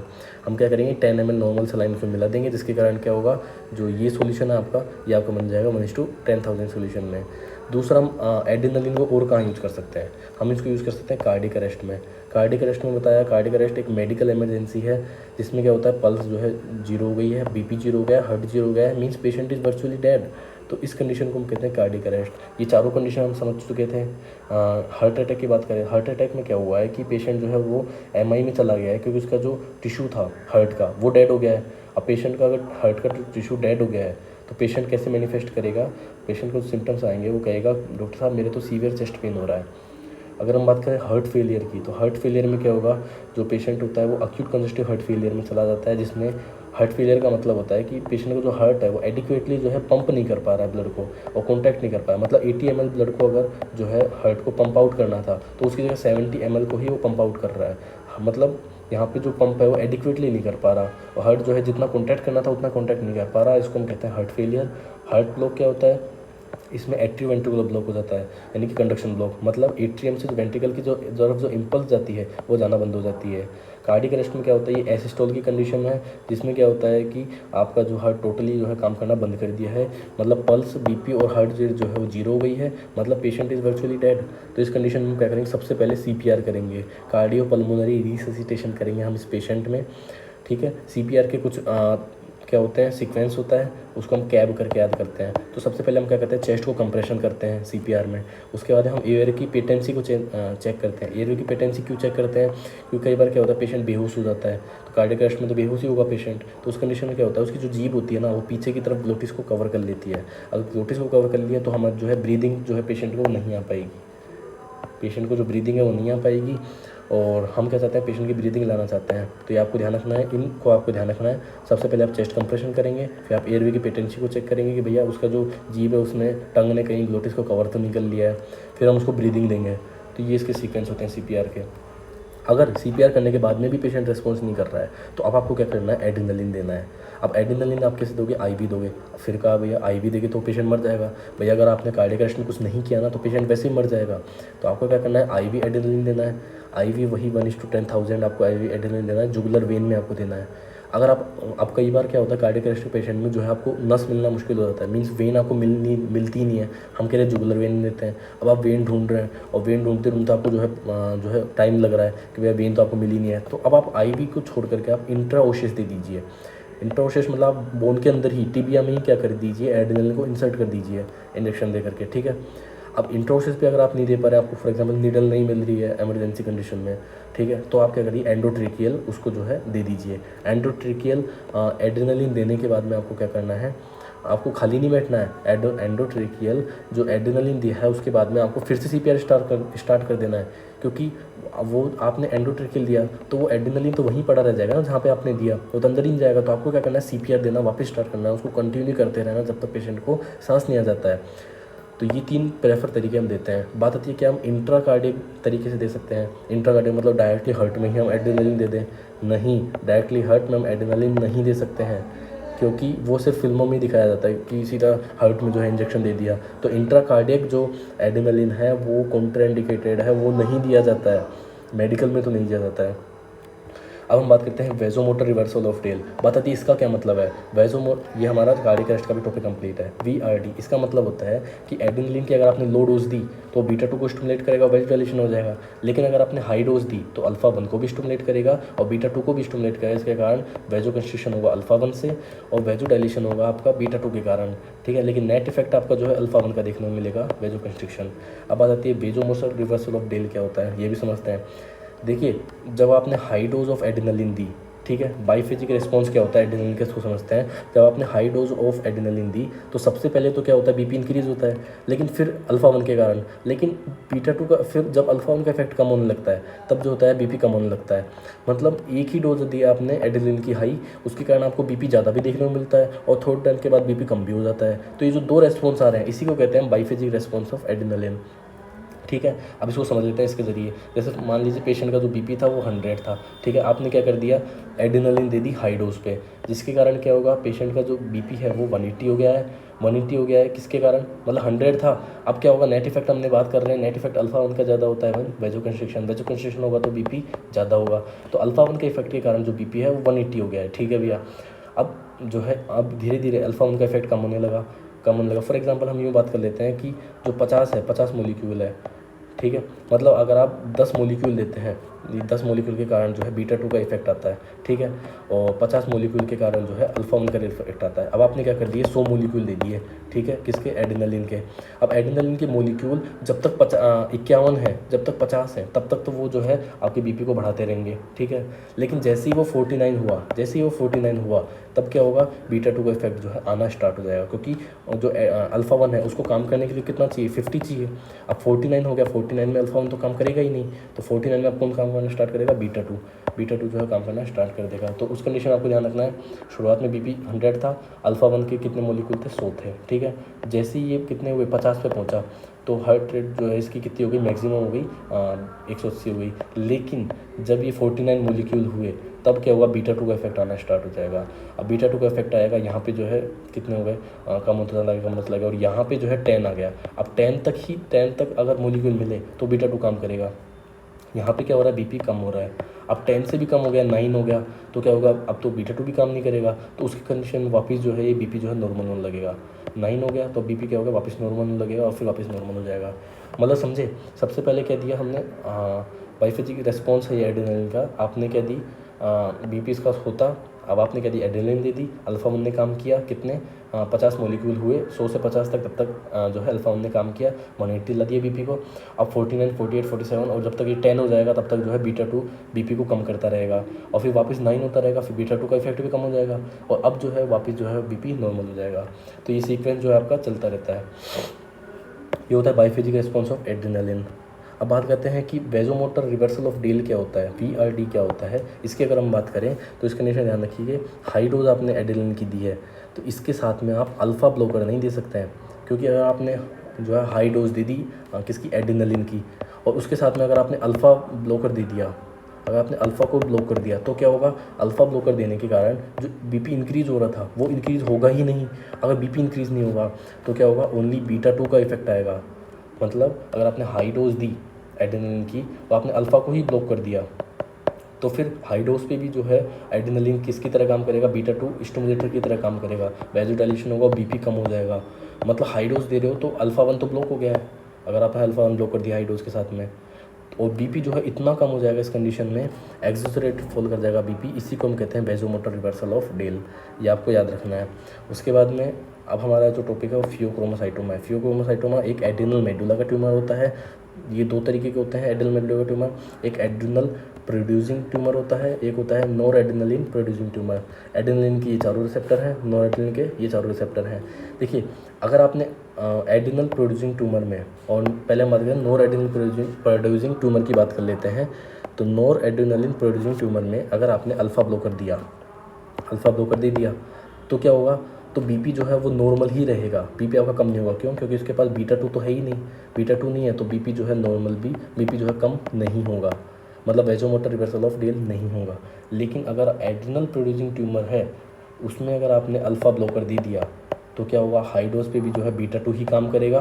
बीटा 2 अगर काम करेगा तो बीपी को वो इतना कम कर देगा कि एक्सेजरेटेड फॉल डाउन करेगा बीपी, जिसको हम कहते हैं वेजोमोटर रिवर्सल ऑफ डेल के नाम से भी जानते हैं। मतलब नॉन एड्रेनलिन प्रोड्यूसिंग ट्यूमर में अगर आप अल्फ़ा ब्लॉकर दे भी दो ना तो आपका बीपी तो नॉर्मल ही रहने वाला है, तो कोई दिक्कत नहीं है। लेकिन एड्रेनल प्रोड्यूसिंग ट्यूमर है उसमें अगर आपने अल्फ़ा ब्लॉकर दे दिया तो VRD हो जाएगा। इसलिए आपको जो है कुछ कंडीशन का ध्यान रखना है। तो यहाँ पे हमने दिया गया है कि अल्फ़ा ब्लॉकर जो है कौनटा इंडिकेटेड है किस कंडीशन में, एड्रेनलिन प्रोड्यूसिंग ट्यूमर में, तो वरना आपको क्या हो जाएगा, वेजोमोटर रिवर्सल ऑफ डेल हो जाएगा। और जो है आपको जो है सीवियर इतना बीपी कम हो जाएगा कि पेशेंट जो है सीवियर शॉक में चला जाएगा। मतलब पेशेंट को था फियोक्रोमोसाइटोमा, वो आपने एड्रेनल प्रोड्यूसिंग ट्यूमर में अगर अल्फा ब्लॉकर भी दे दिया तो पेशेंट सीवियर ब्लॉक में चला जाएगा, आपने एक और बीमारी को जन्म दे दिया। तो हमको ऐसा नहीं करना है। ये हमने बताया है कि अल्फा 1 ब्लॉकर है जो कि वेजोकेशन करते हैं, बीपी को बढ़ाते हैं, अगर ब्लॉक कर दिया तो बीपी को कम कर देंगे। बीटा 2 रिसेप्टर है, ये जो है स्टिमुलेट करते हैं, वेजोडाइलेशन होता है और बीपी को कम करते हैं। अगर आपने ब्लॉक कर दिया तो फिर बीपी को बढ़ा देंगे। तो इस तरीके से काम करता है। तो अब हमको ध्यान देना है कि फियोक्रोमोसाइटोमा में हम कौन सी ड्रग दे सकते हैं, कौन सी ड्रग नहीं दे सकते हैं, ये आपको अच्छे से याद होना चाहिए। तो अगर एड्रेनल प्रोड्यूसिंग ट्यूमर है तो अल्फा ब्लॉकर तो आपको देना ही नहीं है, कॉन्ट्राइंडिकेटेड है, हम बात कर चुके हैं। लेकिन नॉर एड्रेनल में जो आप अल्फा ब्लॉकर दे सकते हैं। बात आती है कि भैया एड्रेनल प्रोड्यूसिंग ट्यूमर है तो उसमें कौन सी दवाई दें। देखिए, आप अल्फ़ा ब्लॉकर तो दे दीजिए, इसमें एड्रेनल प्रोड्यूसिंग ट्यूमर है तो आप अल्फ़ा ब्लॉकर तो दे दीजिए, लेकिन आप बीटा 2 ब्लॉकर भी दीजिए। अगर बीटा 2 ब्लॉकर आपने दे दिया ना तो आप जो है ये जो VRT हो रहा था ना, वेजोमोटर रिवर्सल ऑफ टेल, ये नहीं होगा, क्योंकि हो ही किसके कारण रहा था, बीटा 2 के कारण। अगर हम चाहते हैं कि एड्रेनल प्रोड्यूसिंग ट्यूमर में हम अल्फ़ा ब्लॉकर दें, ठीक है भैया आप दे दो, लेकिन साथ में आप बीटा 2 ब्लॉकर भी दो, ठीक है। ध्यान रखना कि एड्रेनलिन प्रोड्यूसिंग ट्यूमर में आपको क्या देना होता है, जब फियोक्रोमोसाइटोमा होता है तब आपको अल्फ़ा प्लस बीटा ब्लॉकर को देना होता है। और नॉर एड्रेनलिन प्रोड्यूसिंग ट्यूमर में उसमें भी आप जो है अल्फ़ा प्लस बीटा ब्लॉकर दे सकते हैं। तो इसमें तो जो है अल्फ़ा तो ब्लॉकर ही देंगे, बीटा ब्लॉकर कर देंगे तो बीटा 1 भी ब्लॉक हो जाएगा। तो ध्यान रखना, एड्रेनलिन हो चाहे नॉर एड्रेनलिन हो प्रोड्यूसिंग ट्यूमर, उसमें दोनों में आप अल्फ़ा प्लस बीटा ब्लॉकर दे सकते हैं, लेकिन सिर्फ नॉर एड्रेनलिन प्रोड्यूसिंग ट्यूमर में ही आप अल्फ़ा ब्लॉकर दे सकते हैं। एड्रेनलिन प्रोड्यूसिंग ट्यूमर में आप अल्फ़ा ब्लॉकर नहीं दे सकते हैं। बात आती है बीटा ब्लॉकर का, क्या हम सिर्फ बीटा ब्लॉकर किसी कंडीशन में दे सकते हैं।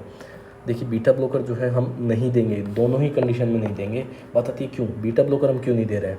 बीटा ब्लॉकर हम इसलिए नहीं दे रहे हैं क्योंकि हमने दोनों को ब्लॉक कर दिया, ठीक है भैया।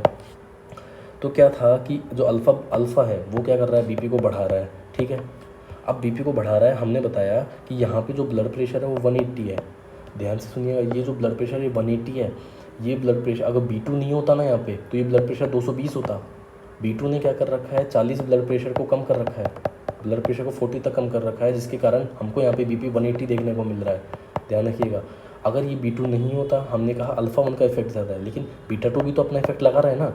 तो कितना इफेक्ट लगा रहा है, अगर बीटा 2 नहीं होता तो यहाँ पे जो ब्लड प्रेशर था 220 होता। बीटा 2 ने इतना इफेक्ट ला दिया कि बीपी को थोड़ा बहुत कम कर पाया, 40 कम कर दिया और 180 पे ला रखा है। तो इसलिए आपको ध्यान रखना है कि क्या कि 180 BP है, अगर B2 नहीं होता तो 40 कम कर रखा है, अदरवाइज़ 220 का BP आपको देखने को मिलता। तो ध्यान रखना, अगर आपने क्या किया, बीटा 2 ब्लॉकर दे दिया तो उस कंडीशन में BP इतना ज़्यादा हो जाएगा, तो वो भी फिर कंडीशन जो है वो क्रिटिकल हो सकती है। तो बीटा ब्लॉकर आपको किसी भी कंडीशन में नहीं देना है।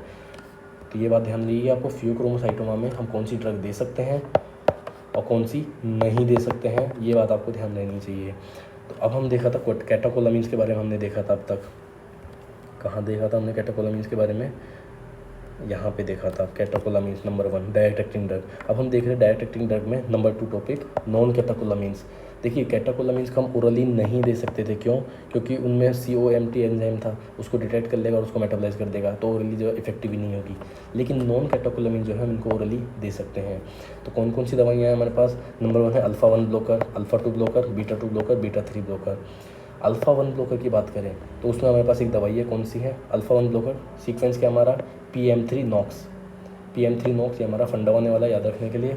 P4 फिनाइलेफेड्रिन, फिर मिथोक्सामीन, मिफेंटरमीन, मिडोड्रिन, नेफाजोलिन, ऑक्सीमेटाजोलिन और जाइलोजोलिन, ये आपको याद रखना है, ठीक है। फिनाइलेफ्रिन की अगर हम बात करें तो फिनाइलेफ्रिन वो ड्रग है जिसको हम आई ड्रॉप की फॉर्म में दे सकते हैं, ठीक है। आई ड्रॉप की फॉर्म में देते हैं आई में। हमने कहा था अल्फ़ा 1 जो होते हैं कहाँ होते हैं, आई में होते हैं, तो आई में ये इफेक्ट दिखाएगी। हमने कहा था अल्फ़ा 1 ब्लॉकर जो होते हैं ब्लड वेसल में होते हैं, ब्लड वेसल में ये इफेक्ट आ रहा है।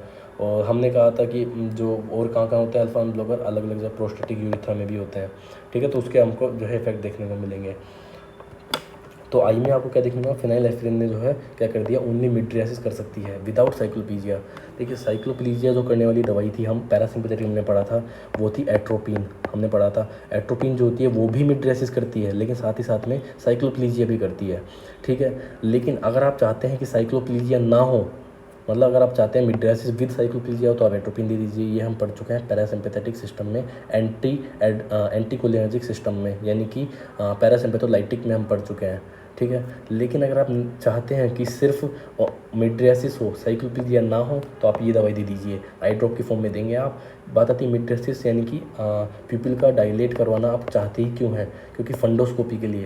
देखिए फंडस किसको बोलते हैं मैं पहले ही बता चुका हूँ। जो फंडस होता है वो रेटिना को बोला जाता है, और फंडोस्कोपी मतलब रेटिना का एग्जामिनेशन। तो फंडोस्कोपी यानी कि रेटिना के एग्जामिनेशन के लिए हम चाहते हैं कि प्यूपिल डायलेट रहे, तो मिड्रियासिस के लिए जो है डॉक्टर जो है प्रेस्क्राइब करते हैं फिनाइलेफ्रिन को, आई ड्रॉप की फॉर्म में होती है ये, ठीक है।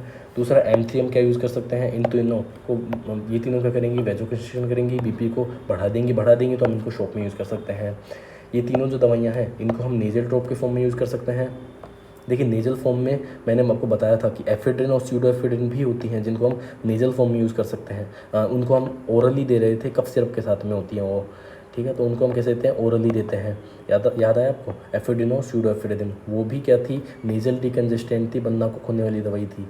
जो नेजल डिकंजेस्टेंट है, ये भी नेजल डिकंजेस्टेंट है, ये भी बन्ना को खोलने वाली दवाइयाँ है, और एफेड्रिन और स्यूडोएफेड्रिन भी नेजल डिकंजेस्टेंट है। अंतर इतना है बस, इनको हम ओरली देते हैं और इनको जो है हम नेजल ड्रॉप के तौर पे यूज़ करते हैं। अब हम बात करते हैं अल्फा 2 ब्लॉकर की। ये क्या करती है, ब्रेक लगाने का काम करती हैं। मतलब अल्फा 2 ब्लॉकर जो थी ब्रेक लगाने का काम करेगी। ये जो हमारा साइनेप्स था, साइनेप्स पे दवाई ना आए तो इस पर ब्रेक लगाने का काम किसका होता है, अल्फा 2 ब्लॉकर का।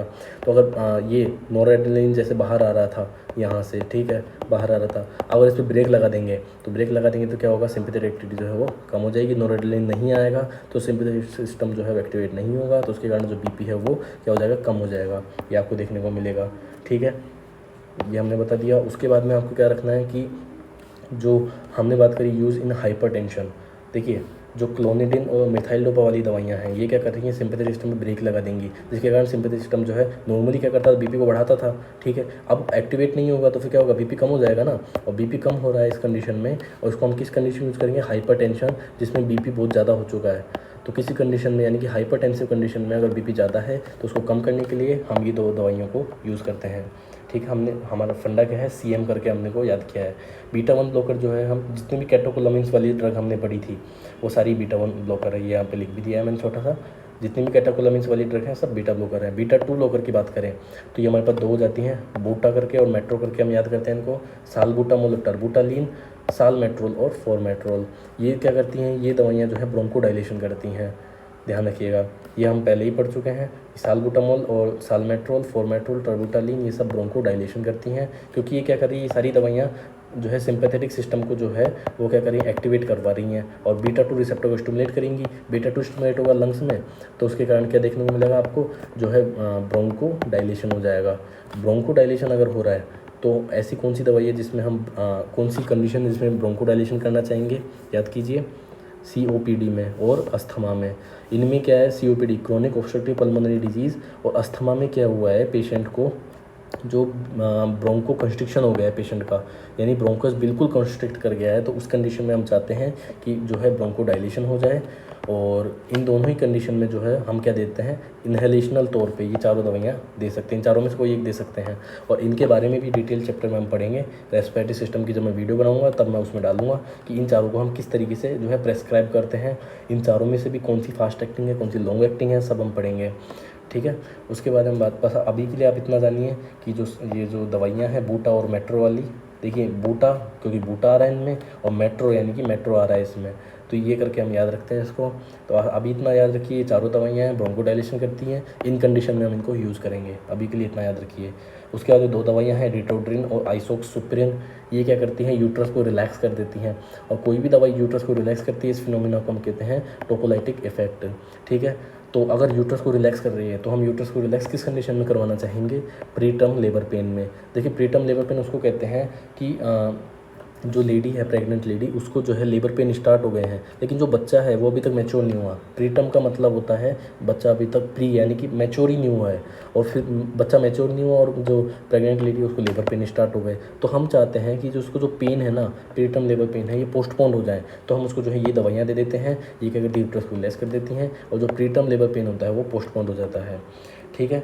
अब हम बात करते हैं बीटा 3 रिसेप्टर की। बीटा 3 रिसेप्टर को स्टिमुलेट करेंगे, तो हम स्टार्टिंग में ही बात कर चुके हैं, मेडा ब्लैडर गोन, ये करके हम जो है देख चुके हैं।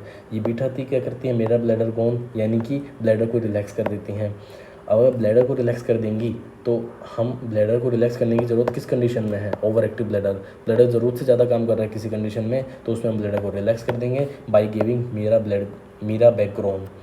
तो ये हुआ हमारा बहुत ही इंपॉर्टेंट टॉपिक जिसको हम कह सकते हैं एड्रेनर्जिक ड्रग या सिंपैथोमाइमेटिक्स।